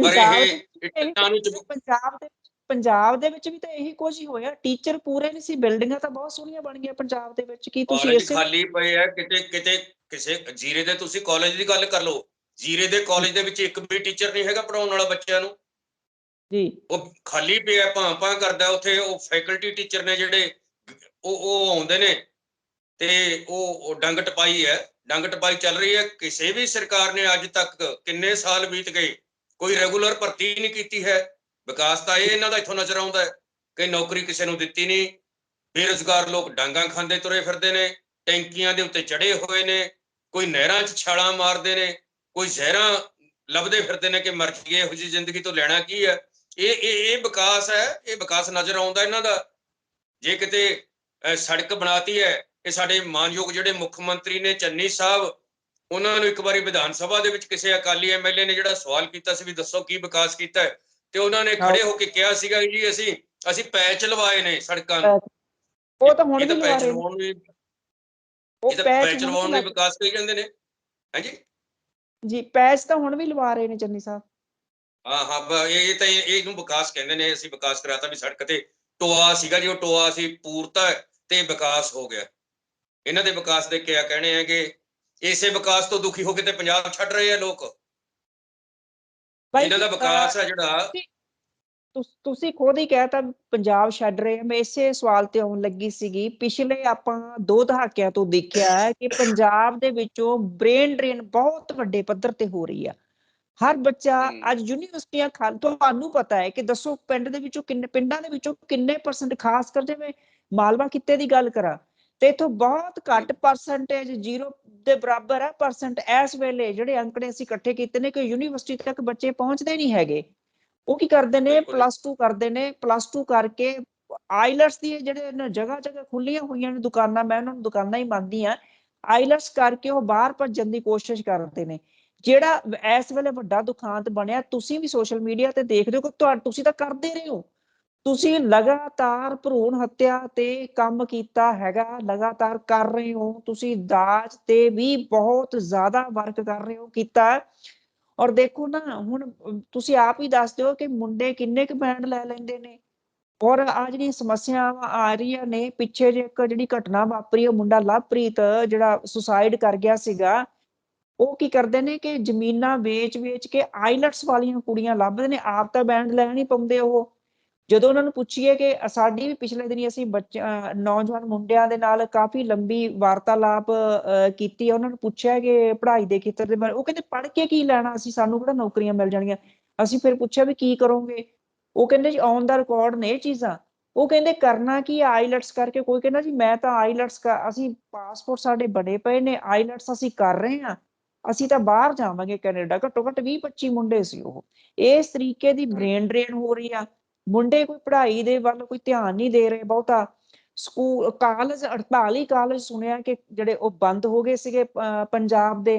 ਹੁਣ ਤਾਂ ਚਲੋ ਜਦੋਂ ਸਿੱਖਿਆ ਮੰਤਰੀ ਨਵੇਂ ਆਏ ਨੇ ਮੌਜੂਦਾ, ਜਿਹੜੇ ਸਰਦਾਰ ਪ੍ਰਗਟ ਸਿੰਘ, ਇਹ ਕਹਿ ਰਹੇ ਨੇ, ਦਾਅਵਾ ਕਰ ਰਹੇ ਨੇ ਕਿ ਬਹੁਤ ਸਾਰੇ ਇਹਨਾਂ ਨੇ ਕਾਲਜ ਖੁਲਵਾਏ ਵੀ ਨੇ। ਉਹ ਤਾਂ ਹੁਣ ਪ੍ਰੈਕਟੀਕਲ ਪਤਾ ਉਦੋਂ ਹੀ ਲੱਗੂਗਾ। ਇਹ ਸਾਰੀਆਂ ਚੀਜ਼ਾਂ ਨੂੰ ਰੋਕੋਗੇ ਕਿਵੇਂ, ਕੀ ਰੋਕਥਾਮ ਪਾਉਂਗੇ, ਕਰੋਗੇ ਇਹਨਾਂ ਦੇ ਲਈ? ਬਾਕੀ ਜਿਹੜਾ ਜੇ ਤੁਸੀਂ ਵਾਅਦੇ ਕਰਦੇ ਹੋ ਕੋਈ ਕਿਸੇ ਵੀ ਤਰੀਕੇ, ਜਿਵੇਂ ਹੁਣ ਰਵਾਇਤੀ ਪਾਰਟੀਆਂ, ਕੋਈ ਜਿਵੇਂ ਕੋਈ ਕਹਿੰਦਾ ਮੈਂ 1000 ਰੁਪਇਆ ਦੇਵਾਂ, ਕੋਈ ਕਹਿੰਦਾ 2000 ਦੇਵਾਂ, ਆਟਾ ਦਾਲ ਫ੍ਰੀ ਦੇਵਾਂਗੇ, ਉਹ ਫ੍ਰੀ ਦੇਵਾਂਗੇ, ਆਹ ਫ੍ਰੀ ਦੇਵਾਂਗੇ। ਇੱਕ ਹੋਰ ਨੇਤਾ ਜੀ ਉੱਠੇ, ਉਹ ਕਹਿੰਦੇ ਅਸੀਂ 5000 ਰੁਪਇਆ, ਜਿਹੜੀ ਬੱਚੀ ਜਿਹੜੀ 5ਵੀਂ ਤੱਕ ਪੜੂਗੀ ਉਹਨੂੰ 5000 ਦੇਵਾਂਗੇ, ਜਿਹੜੀ 10ਵੀਂ ਕਰ ਜੂਗੀ ਉਹਨੂੰ 10000 ਦੇਵਾਂਗੇ। ਇਸੇ ਤਰੀਕੇ ਨਾਲ ਸਕੂਟਰੀਆਂ ਤੱਕ ਦਾ ਆਫਰ ਰੱਖ ਦਿੱਤਾ। ਇਸ ਸਾਰੇ ਕੁਝ ਨੂੰ ਕਿਵੇਂ ਦੇਖਦੇ ਹੋ ਤੁਸੀਂ? ਦੇਖੋ, ਕੁਰਸੀ ਦੇ ਉੱਤੇ ਬੈਠਣ ਦੀ ਇੱਕ ਦੌੜ ਲੱਗੀ ਹੋਈ ਹੈ ਇਹਨਾਂ ਲੋਕਾਂ ਦੇ ਵਿੱਚ, ਤਾਈਓ ਇਹ ਲੋਕਾਂ ਦੀ ਨਿਲਾਮੀ ਕਰ ਰਹੇ ਨੇ। ਮੈਂ ਪੰਜਾਬ ਦੇ ਲੋਕਾਂ ਨੂੰ ਬੇਨਤੀ ਕਰਨੀ ਚਾਹੁੰਦਾ ਹਾਂ ਕਿ ਪੰਜਾਬ ਦੇ ਲੋਕੋ, ਕਿਤੇ ਬੱਕਰਾ ਮੰਡੀ ਦੇ ਵਿੱਚ ਜਾ ਕੇ ਦੇਖਿਓ, ਜਿੱਥੇ ਬੱਕਰੇ, ਮੀਟ ਵਾਲੇ ਬੱਕਰੇ ਵਿਕਦੇ ਹੁੰਦੇ ਨੇ, ਉੱਥੇ ਬੱਕਰਿਆਂ ਦੇ ਉੱਤੇ ਬਕਾਇਦਾ ਰੇਟ ਲਾਇਆ ਜਾਂਦਾ ਕਿ ਮੈਂ ਇਹਦਾ 5000 ਦਿਨਾ, ਮੈਂ ਇਹਦਾ 10000 ਦਿਨਾ, ਇਹਦਾ ਮੈਂ 20000 ਦਿਨਾ, ਇਹ ਬਹੁਤ ਚੰਗਾ, ਇਹਦਾ ਮੈਂ 50000 ਦਿਨਾ। ਉੱਥੇ ਰੇਟ ਤੇ ਨਿਲਾਮੀ ਲੱਗਦੀ ਹੁੰਦੀ ਹੈ, ਬਿਲਕੁਲ ਵਪਾਰੀ ਖੜੇ ਹੁੰਦੇ ਨੇ ਇਸੇ ਤਰ੍ਹਾਂ ਹੀ। ਤਾਂ ਅੱਜ ਪੰਜਾਬ ਦਾ ਜਿਹੜਾ ਵੋਟਰ ਹੈ ਉਹਨਾਂ ਬੱਕਰਿਆਂ ਵਰਗਾ ਹੀ ਹੈ, ਜਿਨ੍ਹਾਂ ਨੂੰ ਵੱਢ ਕੇ ਖਾਧਾ ਜਾਏਗਾ ਤੇ ਉਹਨਾਂ ਦੀ ਨਿਲਾਮੀ ਕੀਤੀ ਜਾ ਰਹੀ ਹੈ। ਇੱਕ ਵਪਾਰੀ ਇੱਧਰੋਂ ਆ ਰਿਹਾ, ਉਹ ਕਹਿੰਦਾ ਕਿ ਮੈਂ ਇਹਦਾ ਰੇਟ ਆਹ ਲਾਉਣਾ ਹੈ, ਵੋਟਰਾਂ ਦਾ ਰੇਟ ਲਾਇਆ ਜਾ ਰਿਹਾ ਹੈ। ਕਿਸੇ ਵੇਲੇ ਹੁੰਦਾ ਸੀ ਕੋਈ ਸਰਪੰਚ, ਪੰਚ ਚੋਣਾਂ ਲੜਦੇ ਸੀ, ਉਹ ਵੋਟਰਾਂ ਨੂੰ ਆਪਣੇ ਵੱਲ ਖਿੱਚਣ ਵਾਸਤੇ ਆਪਦੇ ਘਰੋਂ ਪੱਲਿਓਂ ਕੁਛ ਖਰਚਾ ਕਰਕੇ ਥੋੜਾ ਬਹੁਤਾ ਖਵਾਉਂਦੇ ਪਿਆਉਂਦੇ ਸੀ ਲੋਕਾਂ ਨੂੰ। ਪਰ ਇਹ ਤਾਂ ਹੁਣ ਇੰਨੇ ਚਲਾਕ ਲੀਡਰ ਨੇ ਕਿ ਲੋਕਾਂ ਦੇ ਸਰਕਾਰੀ ਖਜ਼ਾਨੇ ਦੇ ਵਿੱਚੋਂ ਹੀ, ਲੋਕਾਂ ਦੇ ਦਿੱਤੇ ਹੋਏ ਪੈਸੇ ਦੇ ਨਾਲ ਸਰਕਾਰੀ ਖਜ਼ਾਨਾ ਭਰਦਾ ਹੈ, ਤੇ ਉਸੇ ਸਰਕਾਰੀ ਖਜ਼ਾਨੇ ਚੋਂ ਇਹ ਸਕੀਮਾਂ ਦੇ ਰਹੇ ਨੇ ਉਹਨਾਂ ਨੂੰ ਕਿ ਤੁਹਾਡੇ ਹੀ ਪੈਸੇ ਦੇ ਨਾਲ ਤੁਹਾਨੂੰ ਖਰੀਦਾਂਗੇ, ਅਸੀਂ ਖਾਵਾਂਗੇ। ਅਸੀਂ ਪੰਜਾਬ ਦੇ ਲੋਕੋ, ਬੱਕਰੇ ਵਰਗੀ ਹਾਲਤ ਹੈ ਸਾਡੀ, ਸੰਭਲੋ। ਇਹ ਜਿਹੜੇ ਬੋਲੀ ਲਾ ਰਹੇ ਆ, ਸਾਡੀ ਨਿਲਾਮੀ ਕਰ ਰਹੇ ਹੈ। ਇੱਧਰ ਖੜਾ ਇੱਕ ਵਪਾਰੀ, ਇੱਕ ਇੱਧਰ ਖੜਾ, ਇੱਕ ਇੱਧਰ ਖੜਾ ਹੈ। ਇਹ ਬੱਕਰਾ ਮੰਡੀ ਦੇ ਵਿੱਚ ਜਿਹੜੀ ਬੱਕਰੇ ਦੀ ਜਿਵੇਂ ਨਿਲਾਮੀ ਹੁੰਦੀ ਹੈ, ਉਵੇਂ ਸਾਡੀ ਨਿਲਾਮੀ ਹੋ ਰਹੀ ਹੈ। ਤੇ ਮੈਂ ਬੇਨਤੀ ਕਰਨੀ ਚਾਹੁੰਦਾ ਕਿ ਸਾਵਧਾਨ ਹੋ ਜਾਓ, ਅੱਗੇ ਖਤਰਾ ਹੈ। ਜਿਵੇਂ ਸੜਕ ਦੇ ਉੱਤੇ PWD ਵਾਲੇ ਲਿਖ ਕੇ ਲਾ ਦਿੰਦੇ ਆ ਨਾ ਕਿ ਸਾਵਧਾਨ, ਅੱਗੇ ਖਤਰਾ ਹੈ, ਸੰਭਲ ਕੇ ਚੱਲੋ। ਤੇ ਜਿਹੜੇ ਸੰਭਲ ਕੇ ਚੱਲਦੇ ਆ ਉਹ ਟੋਏ ਤੋਂ ਬਚ ਰਹਿੰਦੇ ਹੁੰਦੇ ਨੇ ਸੜਕ ਵਾਲੇ ਤੋਂ। ਪੰਜਾਬ ਦੇ ਲੋਕਾਂ ਨੂੰ ਬੇਨਤੀ ਕਰਨੀ ਚਾਹੁੰਦੇ ਆ ਕਿ ਸਾਵਧਾਨ, ਅੱਗੇ ਚੋਣਾਂ ਨੇ, ਨਿਲਾਮੀ ਹੋਏਗੀ, ਵਿਕ ਨਾ ਜਾਇਓ, ਇਹਨਾਂ ਦੀਆਂ ਗੱਲਾਂ 'ਚ ਨਾ ਆ ਜਾਇਓ। ਕੁੰਡੀ ਲਾਈ ਹੋਈ ਹੈ ਇਹਨਾਂ ਨੇ, ਕੁੰਡੀ ਦੇ ਉੱਤੇ ਗੰਡੋਆ ਲਾ ਕੇ ਮੱਛੀ ਫੜਨ ਦੀ ਇੱਕ ਚਾਲ ਹੈ। ਭੋਲੀ ਭਾਲੀ ਮੱਛੀ ਹੈ ਜਿਹੜੀ ਗੰਡੋਏ ਦੇ ਵਿੱਚ ਫਸ ਕੇ, ਗੰਡੋਏ ਦੇ ਲਾਲਚ ਦੇ ਵਿੱਚ ਫਸ ਕੇ ਕੁੰਡੀ ਦੇ ਵਿੱਚ ਫਸ ਜਾਂਦੀ ਹੈ ਤੇ ਮੁੜ ਕੇ ਆਪਣੀ ਜਾਨ ਗਵਾ ਬੈਠਦੀ ਹੈ। ਬਿਲਕੁਲ ਉਹੀ 5 ਸਾਲਾਂ ਬਾਅਦ ਸਾਡੇ ਨਾਲ ਹੁੰਦੀ ਹੈ। ਇਹ ਹਰ ਵਾਰੀ ਕਰਦੇ ਨੇ, ਵਪਾਰੀ ਨੇ ਇਹ, ਰਾਜਨੀਤਿਕ ਲੀਡਰ ਨਹੀਂ ਹੈਗੇ, ਅਸਲ 'ਚ ਵਪਾਰੀ ਨੇ।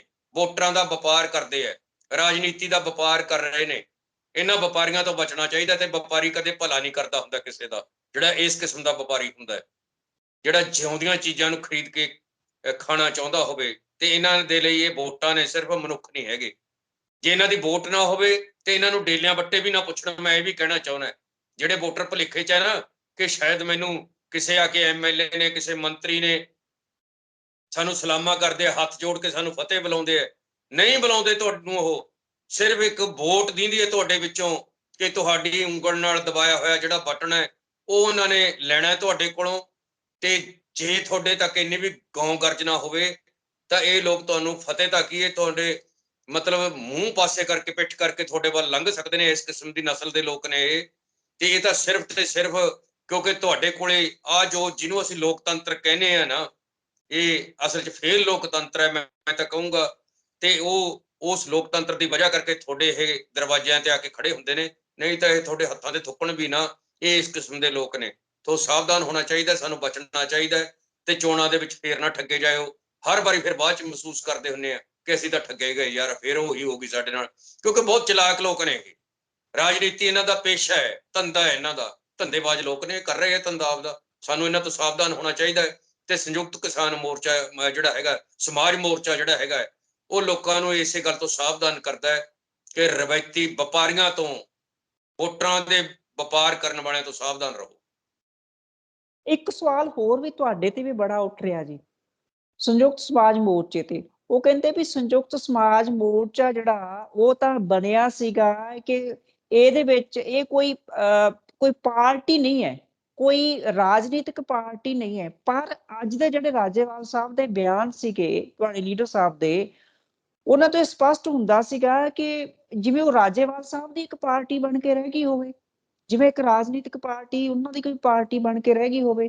ਦੂਸਰਾ ਮੇਰਾ ਸਵਾਲ ਇਹ ਹੈ ਕਿ ਜਿਹੜਾ ਮਾਫੀਆ ਹੈ, ਮਾਫੀਆ ਨੂੰ ਤੁਸੀਂ ਕਿਵੇਂ ਨੱਥ ਪਾਓਗੇ? ਸੈਂਡ ਮਾਫੀਆ ਹੋਇਆ, ਲੈਂਡ ਮਾਫੀਆ ਹੋਇਆ, ਹੋਰ ਬੜੇ ਤਰ੍ਹਾਂ ਦਾ ਮਾਫੀਆ ਹੈਗਾ। ਉਹਨੂੰ ਕਿਵੇਂ? ਪਹਿਲੇ ਸਵਾਲ ਦਾ ਇੱਕ ਤਾਂ ਜਵਾਬ ਦੇ ਦਿਓ ਕਿ ਕੀ ਇਹ ਵੀ ਸੁਣਿਆ ਚਰਚਾ ਦੇ ਵਿੱਚ ਅਜੇ ਵੀ ਗੱਲਾਂ ਸੀਗੀਆਂ ਕਿ ਰਜਿਸਟ੍ਰੇਸ਼ਨ ਨਹੀਂ ਮਿਲੀ। ਉਹ ਰਜਿਸਟ੍ਰੇਸ਼ਨ ਵਾਲਾ ਕੀ ਚੱਕਰ ਆ? ਉਹ ਵੀ ਇੱਕ ਤਾਂ ਥੋੜਾ ਵਿਸਤਾਰ ਕਰ ਦਿਓ ਉਹਦਾ, ਵੀ ਰਜਿਸਟ੍ਰੇਸ਼ਨ ਜਿਹੜਾ ਉਹ ਕੀ ਆਬਜੈਕਸ਼ਨ ਲੱਗੇ ਹੈਗੇ ਨੇ ਔਰ ਰਜਿਸਟ੍ਰੇਸ਼ਨ ਕਿਉਂ ਨਹੀਂ ਮਿਲੀ। ਦੂਸਰਾ ਜਿਹੜਾ ਹੈਗਾ ਕਿ ਲੈਂਡ ਮਾਫੀਆ, ਸੈਂਡ ਮਾਫੀਆ, ਜਾਂ ਜਿਹੜਾ ਇਹਨੂੰ ਤੁਸੀਂ ਕਿਵੇਂ ਖਤਮ ਕਰੋਗੇ? ਜਿਹੜਾ ਆਪਣਾ ਨਸ਼ੇ ਹੈਗੇ ਇੰਨੇ, ਤੁਸੀਂ ਆਪ ਹੀ ਜ਼ਿਕਰ ਕੀਤਾ ਕਿ ਚਿੱਟਾ ਘਰ ਘਰ ਵਿਕਦਾ ਹੈ। ਜ਼ੀਰੇ ਦੀ ਰਿਪੋਰਟਾਂ ਦੇਖ ਰਹੇ ਸੀ, ਤੁਹਾਨੂੰ ਵੀ ਪਤਾ ਹੋਣਾ, ਮੈਡੀਕਲ ਦੀਆਂ ਦੁਕਾਨਾਂ ਤੇ ਦਿਖਾ ਰਹੇ ਸੀ ਕਿ ਇੱਥੇ ਡਰੱਗਸ ਸ਼ਰੇਆਮ ਵਿਕਦੀ ਆ। ਇਹ ਸਾਰਾ ਤੁਸੀਂ ਜ਼ੀਰੇ ਦੇ ਵਿੱਚ ਕਿਵੇਂ ਇਹਨੂੰ ਨੱਥ ਪਾਓਗੇ? ਜਿੱਥੋਂ ਤੱਕ ਤੁਸੀਂ ਮਾਫੀਆ ਦੀ ਗੱਲ ਕਰਦੇ ਹੋ ਨਾ ਜੀ ਮੈਂ ਤੁਹਾਨੂੰ ਇੱਕ ਤਕੋਣ ਦਿਖਾ ਰਿਹਾ। ਜੀ ਇਹ ਤਕੋਣ ਦੇ ਐਸ ਸਿਖਰ ਦੇ ਉੱਤੇ, ਐਸ ਕੋਣ ਦੇ ਉੱਤੇ ਰਾਜਨੀਤਿਕ ਆਗੂ ਬੈਠਾ ਹੈ ਤੇ ਇੱਥੇ ਬੈਠੀ ਹੈ ਪੁਲਿਸ, ਤੇ ਐਸ ਕੋਣ ਦੇ ਉੱਤੇ ਬੈਠਾ ਮਾਫੀਆ। ਨਸ਼ੇ ਵੇਚਣ ਵਾਲੇ ਬੈਠੇ ਨੇ, ਪੰਜਾਬ ਨੂੰ ਲੁੱਟਣ ਵਾਲੇ ਬੈਠੇ ਨੇ, ਲੁਟੇਰੇ। ਇੱਥੋਂ ਜੋ ਆਰਡਰ ਦਿੱਤਾ ਜਾਏਗਾ ਪੁਲਿਸ ਉਹੀ ਕੰਮ ਕਰੇਗੀ। ਪੁਲਿਸ ਉਹੀ ਗੱਲ ਕਰੇਗੀ ਜਿਹੜੀ ਇੱਥੋਂ ਆਰਡਰ ਆਏਗਾ ਉਹਨੂੰ। ਤੇ ਇੱਥੋਂ ਜੋ ਆਰਡਰ ਆਉਂਦਾ ਹੈ ਇਹ ਪੁਲਿਸ ਵਾਲਾ ਉਵੇਂ ਇੱਥੇ ਬੈਠੇ ਮਾਫੀਆ ਦੇ ਨਾਲ, ਲੁਟੇਰਿਆਂ ਦੇ ਨਾਲ ਉਸ ਤਰ੍ਹਾਂ ਦਾ ਹੀ ਵਰਤਾਓ ਕਰਦਾ ਹੈ। ਇਹ ਖੁੱਲਾ ਖੇਡ ਰਿਹਾ ਹੈ ਮਾਫੀਆ ਜਿਹੜਾ, ਕਿਉਂਕਿ ਪੁਲਿਸ ਉਹਨਾਂ ਨੂੰ ਕੁਝ ਨਹੀਂ ਕਹਿੰਦੀ। ਪੁਲਿਸ ਕੁਝ ਕਿਉਂ ਨਹੀਂ ਕਹਿੰਦੀ? ਕਿਉਂਕਿ ਇੱਥੇ ਸਿਖਰ ਤੇ ਬੈਠਾ ਹੋਇਆ ਰਾਜਨੀਤਿਕ ਲੀਡਰ ਹੈ, ਜਿਹੜਾ ਸੱਤਾ ਦੇ ਉੱਤੇ ਬੈਠਾ ਹੋਇਆ, ਉਹ ਇਸ ਪੁਲਿਸ ਨੂੰ ਆਪਣੀ ਮਰਜ਼ੀ ਦੇ ਅਨੁਸਾਰ ਵਰਤ ਰਿਹਾ ਹੈ। ਇਨਸਾਫ ਨਹੀਂ ਕਰਨ ਦਿੰਦਾ। ਪੁਲਿਸ ਗੁਲਾਮ ਹੈ ਪੰਜਾਬ ਦੀ ਪੂਰੀ ਤਰ੍ਹਾਂ। ਥਾਣੇ ਗੁਲਾਮ ਨੇ। ਜਿਹੜੀ ਗੱਲ ਕਿਸੇ ਵੇਲੇ ਭਗਤ ਸਿੰਘ ਹੋਰਾਂ ਨੇ ਕਹੀ ਸੀ ਦੇਸ਼ ਆਜ਼ਾਦ ਕਰਾਉਣਾ ਹੈ, ਤਾਂ ਅੱਜ ਪੁਲਿਸ ਨੂੰ ਵੀ ਆਜ਼ਾਦ ਕਰਾਉਣ ਦੀ ਲੋੜ ਹੈ, ਥਾਣਿਆਂ ਨੂੰ ਆਜ਼ਾਦ ਕਰਾਉਣ ਦੀ ਲੋੜ ਹੈ। ਕਿਸੇ ਥਾਣੇਦਾਰ ਦੀ ਕੋਈ ਮਰਜ਼ੀ ਨਹੀਂ ਕਿ ਉਹ ਆਪਣੇ ਹਲਕੇ ਦੇ MLA ਤੋਂ ਇਲਾਵਾ ਕੋਈ ਆਪਣੀ ਗੱਲ ਕਰ ਜੇ ਆਜ਼ਾਦ ਸੋਚ ਨਾਲ। ਤਾਂ ਜਿੰਨੀ ਦੇਰ ਤੱਕ ਇੱਥੇ ਸਹੀ ਬੰਦਾ ਨਹੀਂ ਆਉਂਦਾ ਨਾ ਬੈਠਦਾ, ਉਨੀ ਦੇਰ ਅਸਹੀ ਕੰਮ ਨਹੀਂ ਕਰੂ ਪੁਲਿਸ ਵਾਲਾ, ਥਾਣੇਦਾਰ ਸਹੀ ਕੰਮ ਨਹੀਂ ਕਰੇਗਾ। ਜਦੋਂ ਇਹ ਸਹੀ ਕੰਮ ਨਹੀਂ ਕਰੇਗਾ, ਮਾਫੀਆ ਵਧੇਗਾ, ਫੁੱਲੇਗਾ, ਤਾਂ ਇਹ ਪੰਜਾਬ ਦੇ ਲੋਕਾਂ ਦੀ ਡਿਊਟੀ ਬਣਦੀ ਹੈ, ਫਰਜ਼ ਬਣਦਾ ਹੈ ਕਿ ਇੱਥੇ ਸਹੀ ਬੰਦਾ ਬਿਠਾ ਲਓ, ਆ ਆਪਣੇ ਆਪ ਠੀਕ ਹੋ ਜੂ। ਜਦੋਂ ਇਹ ਆਪਣੇ ਆਪ ਪੁਲਿਸ ਠੀਕ ਹੋਗੀ, ਠੀਕ ਦਿਸ਼ਾ 'ਚ ਕੰਮ ਕਰਨ ਲੱਗੀ, ਮਾਫੀਆ ਤਾਂ ਆਪਣੇ ਆਪ ਹੀ ਖਤਮ ਹੋ ਜੂਗਾ। ਫਿਰ ਜਦੋਂ ਇਹ ਪੈਸੇ ਮੰਗਦੀ ਹੈ ਜੀ, ਜਦੋਂ ਇੱਥੇ ਸਹੀ ਬੰਦਾ ਬੈਠ ਗਿਆ, ਮੰਨ ਲਓ ਇੱਥੇ ਸਹੀ ਬੰਦਾ ਬੈਠ ਗਿਆ, ਤਾਂ ਕੀ ਉਹ ਵੀਆਈਪੀ ਕਲਚਰ ਖਤਮ ਕਰੇਗਾ ਕਿ ਵੀਆਈਪੀ ਉਸੇ ਤਰ੍ਹਾਂ ਰਹੇਗਾ? ਵੀਆਈਪੀ ਕਲਚਰ ਨੰਬਰ 1 ਤੇ ਬਿਲਕੁਲ, ਅਸੀਂ ਤਾਂ ਸਹੀ ਸਾਦੇ ਬੰਦੇ ਆ, ਅਸੀਂ ਤਾਂ ਸਾਦੇ ਬੰਦੇ ਆ ਜੀ। ਅਸੀਂ ਤਾਂ ਬਿਲਕੁਲ ਜੀ, ਪਰ ਅਜੇ ਤੱਕ ਤੁਹਾਡੇ ਕਿਸੇ ਵੀ ਲੀਡਰ ਦਾ ਇਹ ਬਿਆਨ ਨਹੀਂ ਆਇਆ ਕਿ ਅਸੀਂ ਵੀਆਈਪੀ ਕਲਚਰ ਖਤਮ ਕਰਾਂਗੇ। ਲੋਕ ਆਖਦੇ ਨੇ ਕਿ ਵੀਆਈਪੀ ਕਲਚਰ ਖਤਮ ਕਰਨ ਦੀ ਇਹਨਾਂ ਨੇ। ਦੂਸਰੀ ਗੱਲ, ਜਲੰਧਰ ਦੇ ਇੱਕ ਪਹਿਲੀ ਪੀਸੀ ਹੋਈ ਸੀਗੀ ਜਿਹਦੇ ਵਿੱਚ ਅਸੀਂ ਸਵਾਲ ਕੀਤਾ ਸੀਗਾ ਲੀਡਰਾਂ ਨੂੰ, ਸੰਯੁਕਤ ਸਮਾਜ ਮੋਰਚੇ ਦੇ ਨੂੰ, ਕਿ ਤੁਸੀਂ ਔਰਤਾਂ ਦੀ ਕਿੰਨੀ ਰਿਜ਼ਰਵੇਸ਼ਨ ਰੱਖ ਰਹੇ ਹੋ? ਕਿ ਰਵਾਇਤੀ ਪਾਰਟੀਆਂ ਨੇ ਤਾਂ 33% ਰੱਖੀ, ਉਹ ਵੀ ਕਾਗਜ਼ਾਂ 'ਚ ਰਹਿ ਗਈ, ਆਪਾਂ ਦੇਖਦੇ ਹੀ ਆ ਕਿੰਨੀ ਕੁ। ਤੁਸੀਂ ਕਿੰਨੇ? ਉਹ ਕਹਿੰਦੇ ਜੀ ਸਾਡੀ ਤਾਂ 50% ਹੋਊ। ਤੇ ਜਦੋਂ ਹੁਣ ਲਿਸਟਾਂ ਦੇਖੀਆਂ ਨੇ ਤੁਹਾਡੀਆਂ, ਜਿਹੜੀਆਂ ਲਿਸਟਾਂ ਦੇਖੀਆਂ ਨੇ ਉਮੀਦਵਾਰਾਂ ਦੀਆਂ, ਮੇਰਾ ਖਿਆਲ ਹੁਣ ਤੱਕ ਤਾਂ ਉਹ ਜੇ ਦੇਖਿਆ ਤਾਂ ਸਿਰਫ 4 ਲੇਡੀਜ਼ ਨੇ, ਉਹ ਤਾਂ ਕੁਝ % ਵੀ ਨਹੀਂ ਪਾਉਂਦੀਆਂ। ਤੁਸੀਂ 50% ਕਿਵੇਂ ਪੂਰਾ ਕਰੋਗੇ ਫਿਰ ਔਰਤਾਂ ਦਾ? ਜਿੱਥੋਂ ਤੱਕ ਕੋਟਿਆਂ ਦੀ ਗੱਲ ਹੈ ਨਾ, ਮੇਰਾ ਆਪਣਾ ਨਿੱਜੀ ਤੌਰ ਦੇ ਉੱਤੇ ਕੋਟਿਆਂ 'ਚ ਕੋਈ ਵਿਸ਼ਵਾਸ ਨਹੀਂ ਹੈਗਾ। ਮੈਂ ਕਹਿੰਦਾ ਜੇ ਸਾਰੀਆਂ ਔਰਤਾਂ ਕਾਬਲ ਨੇ ਤੇ ਸਾਰੀਆਂ ਹੀ ਲੜ ਸਕਦੀਆਂ, ਸਾਰੀਆਂ ਲੜਨ। ਉਹ ਜ਼ਰੂਰੀ ਨਹੀਂ ਹੈਗਾ ਕਿ ਇੱਥੇ ਬੰਦਾ ਲੜੇਗਾ, ਇੱਥੇ ਔਰਤ ਲੜੇਗੀ। ਇਹ ਹੋਣਾ ਹੀ ਨਹੀਂ ਚਾਹੀਦਾ, ਮੇਰੇ ਨਿੱਜੀ ਵਿਚਾਰ ਨੇ ਇਹ।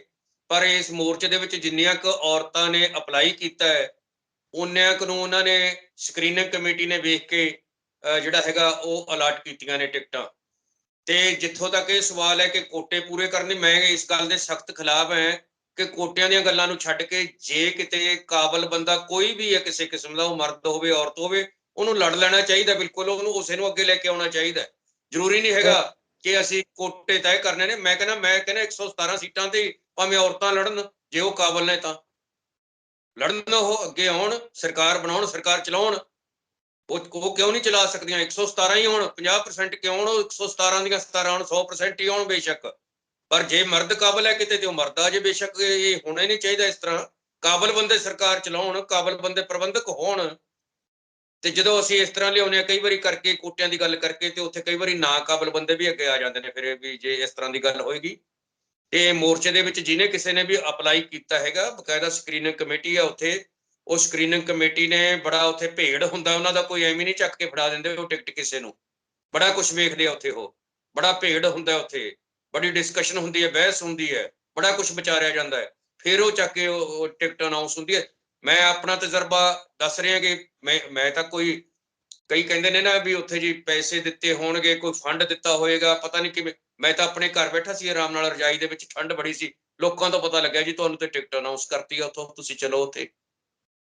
ਪਤਾ ਨਹੀਂ ਉਹਨਾਂ ਨੇ ਕੀ ਇਹ ਗੱਲ ਤੁਸੀਂ ਆਪ ਹੀ ਸ਼ੇਅਰ ਕਰ ਦਿੱਤੀ ਆ, ਇਹਦਾ ਸਪਸ਼ਟੀਕਰਨ ਦੇ ਦਿੱਤਾ। ਇੱਕ ਤਾਂ ਗੱਲ ਸਪਸ਼ਟ ਹੋ ਗਈ ਦਰਸ਼ਕੋ ਕਿ ਇਹ ਜਿਹੜਾ ਸੰਯੁਕਤ ਸਮਾਜ ਮੋਰਚਾ ਹੈ, ਤੇ ਰੱਲਾ ਸਾਹਿਬ ਨੇ ਸਪਸ਼ਟ ਕਰ ਦਿੱਤਾ ਵੀ ਇੱਥੇ ਲਿੰਗ ਭੇਦ ਤੋਂ ਉੱਪਰ ਉੱਠ ਕੇ ਸਾਰੀਆਂ ਟਿਕਟਾਂ ਜਿਹੜੀਆਂ ਵੰਡੀਆਂ ਜਾ ਰਹੀਆਂ ਨੇ, ਐਲੀਜੀਬਿਲਟੀ ਹੋਣੀ ਚਾਹੀਦੀ, ਬੰਦਾ ਕਾਬਲ ਹੋਣਾ ਚਾਹੀਦਾ, ਲਿੰਗ ਭੇਦ ਕੋਈ ਨਹੀਂ ਹੈ। ਇਹੀ ਕਹਿਣਾ ਚਾਹ ਰਹੇ ਹੋ ਨਾ ਤੁਸੀਂ? ਬਿਲਕੁਲ ਜੀ, ਬਿਲਕੁਲ ਬਿਲਕੁਲ। ਉੱਥੇ ਕਿਸੇ ਤਰ੍ਹਾਂ ਦਾ ਭਿੰਨ ਭੇਦ ਨਹੀਂ ਹੈ। ਸੋ ਇੱਕ ਤਾਂ ਇਹ ਗੱਲ ਸਪਸ਼ਟ ਹੋ ਗਈ, ਕਿਉਂਕਿ ਸਾਡੇ ਕੋਲੇ ਬਹੁਤ ਸਾਰੇ ਸਵਾਲ ਆਏ ਨੇ। ਜ਼ੀਰੇ ਇਲਾਕੇ ਤੋਂ ਹੀ ਕੁਝ ਬੀਬੀਆਂ ਦੇ ਸਵਾਲ ਆਏ ਨੇ ਕਿ ਸਾਨੂੰ ਜੀ ਇਹਨਾਂ ਨੇ ਸ਼ਾਇਦ ਪੈਸੇ ਵਾਲਿਆਂ ਨੂੰ ਇਹ ਟਿਕਟ ਦਿੱਤੀ ਆ, ਤੇ ਅਸੀਂ, ਸਾਡੇ ਕੋਲੇ ਹੈ ਨਹੀਂ ਸੀ ਗੁਜ਼ਾਰਾ ਕਰਨ ਜੋਗੇ, ਵੀ ਪੈਸੇ ਨਹੀਂ ਸੀ ਘਰ ਦੇ, ਇਸ ਕਰਕੇ ਉਹ ਮਤਲਬ ਸਾਨੂੰ ਘਾਲਣਾ ਬਥੇਰੀ ਅਸੀਂ ਘਾਲੀ ਹੈ ਇਹਦੇ ਲਈ। ਇਸ ਕਰਕੇ ਮੈਂ ਸਵਾਲ ਰੱਖਿਆ ਸੀਗਾ। ਪਰ ਇਹ ਰੱਲਾ ਸਾਹਿਬ ਨੇ ਸਪਸ਼ਟ ਕਰ ਦਿੱਤਾ ਕਿ ਉੱਥੇ ਕਿਸੇ ਤਰ੍ਹਾਂ ਦਾ ਕੋਈ ਲਿੰਗ ਭੇਦ ਨਹੀਂ। ਉਹਨਾਂ ਤੋਂ ਤੁਸੀਂ ਅੰਦਾਜ਼ਾ ਲਾ ਲਿਆ ਹੋਣਾ ਹੈ ਕਿ ਉਹਨਾਂ ਨੇ ਆਪ ਹੀ ਦੱਸਿਆ ਕਿ ਮੈਂ ਤਾਂ ਰਜਾਈ 'ਚ ਬੈਠੇ ਨੂੰ ਮੈਨੂੰ ਟਿਕਟ। ਤੇ ਇਹ ਗੱਲ ਸਹੀ ਵੀ ਹੈ, ਕਿਉਂਕਿ ਜਿਸ ਦਿਨ ਅਸੀਂ ਇਹਨਾਂ ਨੂੰ ਫੋਨ ਕੀਤਾ ਸੀ, ਅਸੀਂ ਵੀ ਜਦੋਂ ਮੀਡੀਆ ਰਾਹੀਂ ਸਾਨੂੰ ਪਤਾ ਲੱਗਾ, ਜਦੋਂ ਲਿਸਟ ਜਾਰੀ ਹੋਈ ਆ ਤੇ ਉਹਦੇ ਬਾਈ ਜੀ ਦਾ ਨਾਮ ਆਇਆ, ਤੇ ਅਸੀਂ ਇਹਨਾਂ ਨੂੰ ਫੋਨ ਕਰਕੇ ਪੁੱਛਿਆ, ਕਹਿੰਦੇ ਮੈਨੂੰ ਤਾਂ ਪਤਾ ਹੀ ਨਹੀਂ, ਹਾਲੇ ਮੇਰੇ ਕੋਲ ਲਿਸਟ ਹੀ ਨਹੀਂ ਪਹੁੰਚੀ। ਸੋ ਇੱਕ ਤਾਂ ਗੱਲ ਇਹ ਸਪਸ਼ਟ ਹੋ ਗਈ ਆ। ਅਗਲਾ ਮੇਰਾ ਪਹਿਲਾ ਸਵਾਲ ਤੁਸੀਂ ਜਵਾਬ ਨਹੀਂ ਦਿੱਤਾ। ਮੈਂ ਵੀਆਈਪੀ ਕਲਚਰ ਦੀ ਗੱਲ ਕਰ ਰਹੀ ਸੀ। ਲੋਕ ਵੀ ਸਵਾਲ ਚੁੱਕ ਰਹੇ ਨੇ ਕਿ ਵੀਆਈਪੀ ਕਲਚਰ ਖਤਮ ਕਰਨ ਦੀ ਗੱਲ ਕਿਉਂ ਨਹੀਂ ਕਰਦੇ? ਵੀਆਈਪੀ ਕਲਚਰ ਤਾਂ ਆਪਣੇ ਆਪ ਹੀ ਖਤਮ ਹੋ ਜਾਏਗਾ ਜੇ ਸੰਯੁਕਤ ਮੋਰਚਾ ਸੱਤਾ ਦੇ ਵਿੱਚ ਆਉਂਦਾ ਹੈ, ਕਿਉਂਕਿ ਇਹ ਜਿਹੜੀ ਜਿੰਨੀ ਲੀਡਰਸ਼ਿਪ ਹੈ, ਮੈਂ ਇਹਨਾਂ ਨੂੰ ਨੇੜਿਓਂ ਤੱਕ ਰਿਹਾ ਸਾਰਿਆਂ ਨੂੰ, ਕਿ ਜੀ ਸਾਰੇ ਦੇ ਸਾਰੇ ਸਿੰਪਲ ਲਿਵਿੰਗ ਤੇ ਹਾਈ ਥਿੰਕਿੰਗ ਵਾਲੇ ਲੋਕ ਨੇ, ਕਿ ਜਿਹੜੇ ਇਹਨਾਂ ਦੀ ਰਹਿਣੀ ਬਹਿਣੀ ਬੜੀ ਸਾਦੀ ਹੈ, ਔਰ ਜਿਹੜੇ ਸਾਫ਼ ਸੁਥਰੇ ਲੋਕ ਨੇ ਬਿਲਕੁਲ, ਜਿਨ੍ਹਾਂ ਨੂੰ ਕੋਈ ਡਰ ਨਹੀਂ ਹੈ ਕਿਸੇ ਤੋਂ। ਜੇ ਲੋਕ ਸੱਤਾ 'ਚ ਆ ਕੇ ਵੀਆਈਪੀ ਕਲਚਰ ਆਪਣੇ ਆਪ ਹੀ ਖਤਮ ਹੋ ਜਾਏਗਾ, ਨਾਅਰਾ ਦੇਣ ਦੀ ਲੋੜ ਹੀ ਨਹੀਂ।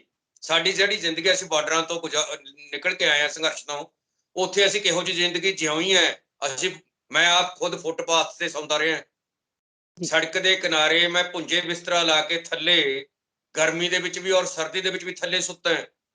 ਕਦੇ ਕਦੇ ਅਸੀਂ ਟਰਾਲੀਆਂ ਦੇ ਵਿੱਚ ਸੌਂਦੇ, ਬੰਦੇ ਜ਼ਿਆਦਾ ਹੋ ਜਾਣੇ ਤੇ ਫੁੱਟਪਾਥ ਦੇ ਉੱਤੇ ਅਸੀਂ ਆਪਣੇ ਬਿਸਤਰੇ ਲਗਾ ਲੈਂਦੇ ਸੀਗੇ। ਤੇ ਜੇ ਸਾਡੀ ਇਹੋ ਜਿਹੀ ਲਾਈਫ ਹੈ, ਇਹੋ ਜਿਹੇ ਥਾਵਾਂ ਤੋਂ ਅਸੀਂ ਲੰਘ ਕੇ ਆਏ ਹੋਏ ਹਾਂ, ਤੇ ਜੇ ਇਹੋ ਜਿਹੇ ਲੋਕ ਸੱਤਾ ਚਾਹੁੰਦੇ ਆ, ਕਿ ਲੋਕ ਉਮੀਦ ਕਰਦੇ ਹੈ ਕਿ ਅਸੀਂ ਕੋਈ ਵੀਆਈਪੀ ਕਲਚਰ ਹੈ ਜਿਹੜਾ ਫਿਰ ਉਹਨੂੰ ਅਸੀਂ ਅਪਣਾਵਾਂਗੇ। ਇਹਦੇ ਮਤਲਬ ਹੀ ਨਹੀਂ, ਆਪਣੇ ਆਪ ਹੀ ਖਤਮ ਹੋ ਜਾਣਾ ਹੈ। ਤੇ ਇੱਥੇ ਕਹਿਣੀ ਤੇ ਕਰਨੀ ਦੇ ਜਿਹੜੇ ਲੀਡਰ ਨੇਗੇ, ਜੇ ਉਹ ਇੱਕੋ, ਜਿਨ੍ਹਾਂ ਦੀ ਕਹਿਣੀ ਕਰਨੀ ਇੱਕੋ ਹੈ ਨਾ, ਜਿਨ੍ਹਾਂ ਦੀ ਜ਼ਿੰਦਗੀ ਪਹਿਲਾਂ ਹੀ ਬੜੀ ਸਾਦੀ ਹੈ, ਔਰ ਅਸੀਂ ਤਾਂ ਉਹ ਲੋਕ ਹੈਗੇ ਕਿ ਫੁੱਟਪਾਥਾਂ ਤੇ ਸੌਣ ਵਾਲੇ ਲੋਕ ਹੈ, ਟਰਾਲੀਆਂ ਦੇ ਵਿੱਚ ਸੌਣ ਵਾਲੇ ਲੋਕ ਹੈ, ਆਪਣੇ ਹੱਥੀਂ ਰੋਟੀਆਂ ਪਕਾ ਕੇ ਖਾਣ ਵਾਲੇ ਲੋਕ ਹੈ। ਤੇ ਇਹਨਾਂ ਤੋਂ ਆਸ ਕਰਨੀ ਵੀ ਇਹ ਵੀਆਈਪੀ ਕਲਚਰ ਨੂੰ ਡਿਵੈਲਪ ਕਰਨਗੇ, ਇਹ ਤਾਂ ਸਵਾਲ ਹੀ ਨਹੀਂ ਪੈਦਾ ਹੁੰਦਾ। ਇਹ ਤਾਂ ਵਿਖਾਵੇ ਵਾਲੇ ਜਿਹੜੇ ਲੋਕ ਨੇ, ਵੀ ਸੱਜੇ ਖੱਬੇ ਬਾਡੀਗਾਰਡ ਤੁਰੇ ਫਿਰਦੇ, ਆਪਣੇ ਆਪ ਨੂੰ ਆਏ ਵਿਖਾਵਾ ਕਰਨਾ ਇਸ ਕਿਸਮ ਦਾ, ਕਿ ਅਸੀਂ ਪਤਾ ਨਹੀਂ ਕੋਈ ਵੱਖਰਾ ਕੋਈ ਜਨਮ ਲਿਆ ਇਸ ਧਰਤੀ ਦੇ ਉੱਤੇ, ਅਸੀਂ ਵੱਖਰੀ ਨਸਲ ਦੇ ਕੋਈ ਲੋਕ ਹਾਂ। ਇਹ ਉਹਨਾਂ ਦੇ ਵਿੱਚ ਹੈ, ਕਿਉਂਕਿ ਉਹ ਉਹਨਾਂ ਨੂੰ ਮੁਬਾਰਕ ਹੈ। ਪਰ ਜੇ ਲੋਕ ਉਹਨਾਂ ਨੂੰ ਖਤਮ ਕਰਨਗੇ ਤੇ ਲੋਕਾਂ ਦੀ, ਇਹ ਤਾਂ ਹੁਣ ਪਤਾ ਲੱਗੇਗਾ ਆਉਣ ਵਾਲੇ ਸਮੇਂ ਦੇ ਵਿੱਚ ਉਹਨਾਂ ਨੂੰ ਕਿਵੇਂ ਖਤਮ ਕਰਦੇ ਆ ਕਿ ਨਹੀਂ ਕਰਦੇ ਆ। ਪੰਜਾਬ ਦੇ ਲੋਕਾਂ ਨੂੰ ਅਸੀਂ ਯਕੀਨ ਦਿਵਾਉਂਦੇ ਹਾਂ, ਮੈਂ ਤੁਹਾਡੇ ਸਾਹਮਣੇ ਹੈ। ਸਾਨੂੰ ਪੁੱਛਦੇ ਆ ਜੀ ਬਾਡੀਗਾਰਡ ਲਾਓਗੇ ਤੁਸੀਂ, ਵੀ ਜੀ ਬਾਡੀਗਾਰਡ ਭਾਈ ਹੱਥ ਜੋੜੇ, ਸਾਨੂੰ ਕੋਈ ਕਿਸੇ ਤੋਂ ਡਰ ਨਹੀਂ ਹੈਗਾ, ਬਿਲਕੁਲ ਹੀ। ਅਸੀਂ ਤਾਂ ਸਾਦੇ ਬੰਦੇ ਆ, ਸਾਨੂੰ ਤੇ ਸ਼ਰਮ ਆਉਂਦੀ ਹੈ, ਸਾਡੇ ਸੱਜੇ ਖੱਬੇ ਜੇ ਕੋਈ ਬਾਡੀਗਾਰਡ ਤੁਰੇਗਾ ਤਾਂ ਸ਼ਰਮ ਆਊ, ਮੈਨੂੰ ਤੇ ਆਊਗੀ ਘੱਟੋ ਘੱਟ, ਸਾਨੂੰ ਸੰਗ ਲੱਗਦੀ ਹੈ ਇਸ ਗੱਲ ਤੋਂ, ਕਿ ਅਸੀਂ ਤੇ ਆਮ ਬੰਦੇ ਆ, ਸਧਾਰਨ ਬੰਦੇ ਆ ਸੱਚਮੁੱਚ। ਨਹੀਂ ਖੈਰ, ਸਾਨੂੰ ਨਹੀਂ ਚਾਹੀਦਾ ਖੈਰ ਕੋਈ। ਖੈਰ ਬਾਈ ਜੀ, ਰੁਲਦੂ ਸਿੰਘ ਜੀ ਨੇ ਤਾਂ ਮੇਰੇ ਖਿਆਲ ਬਾਉਂਸਰ ਰੱਖੇ ਹੋਏ ਆ, ਉਹਨਾਂ ਨੂੰ ਤਾਂ ਮਿਲੇ ਸੀ ਬਾਡੀ। ਉਹ ਮੇਰੇ ਨਹੀਂ, ਖਿਆਲ ਉਹਨਾਂ ਨੂੰ ਲੋਕ ਇਸੇ ਬਾਡੀਗਾਰਡ ਚੀਜ਼, ਮੇਰੇ ਖਿਆਲ ਇਸੇ ਚੀਜ਼ ਨੂੰ ਲੈ ਕੇ ਲੋਕ ਥੋੜਾ ਜਿਹਾ ਸੋਚਦੇ ਨੇ। ਖੈਰ ਚਲੋ, ਇਹ ਵੀ ਉਹਨਾਂ ਦੇ ਸਵਾਲ ਦਾ ਜਵਾਬ ਮਿਲ ਗਿਆ। ਅਗਲਾ ਸਵਾਲ ਆ, ਜਿਹੜਾ ਮੈਨੀਫੈਸਟੋ ਹੈਗਾ, ਮਨੋਰਥ ਪੱਤਰ ਆ, ਉਹਦਾ ਲੀਗਲਾਈਜੇਸ਼ਨ ਕਿਉਂ ਨਹੀਂ ਹੁੰਦਾ? ਤੁਹਾਡੇ ਵੱਲੋਂ ਉਹ ਵੀ ਕੋਈ ਹੋਏਗਾ ਹਲੇ, ਜੀ ਮੋਰਚੇ ਦੀ ਹਲੇ ਰਜਿਸਟ੍ਰੇਸ਼ਨ ਦਾ ਸਵਾਲ ਖੜਾ ਹੈ ਸਾਡੇ ਸਾਹਮਣੇ, ਉਹਦੇ ਚੋਣ ਨਿਸ਼ਾਨ ਦਾ ਸਵਾਲ ਖੜਾ ਹੈ।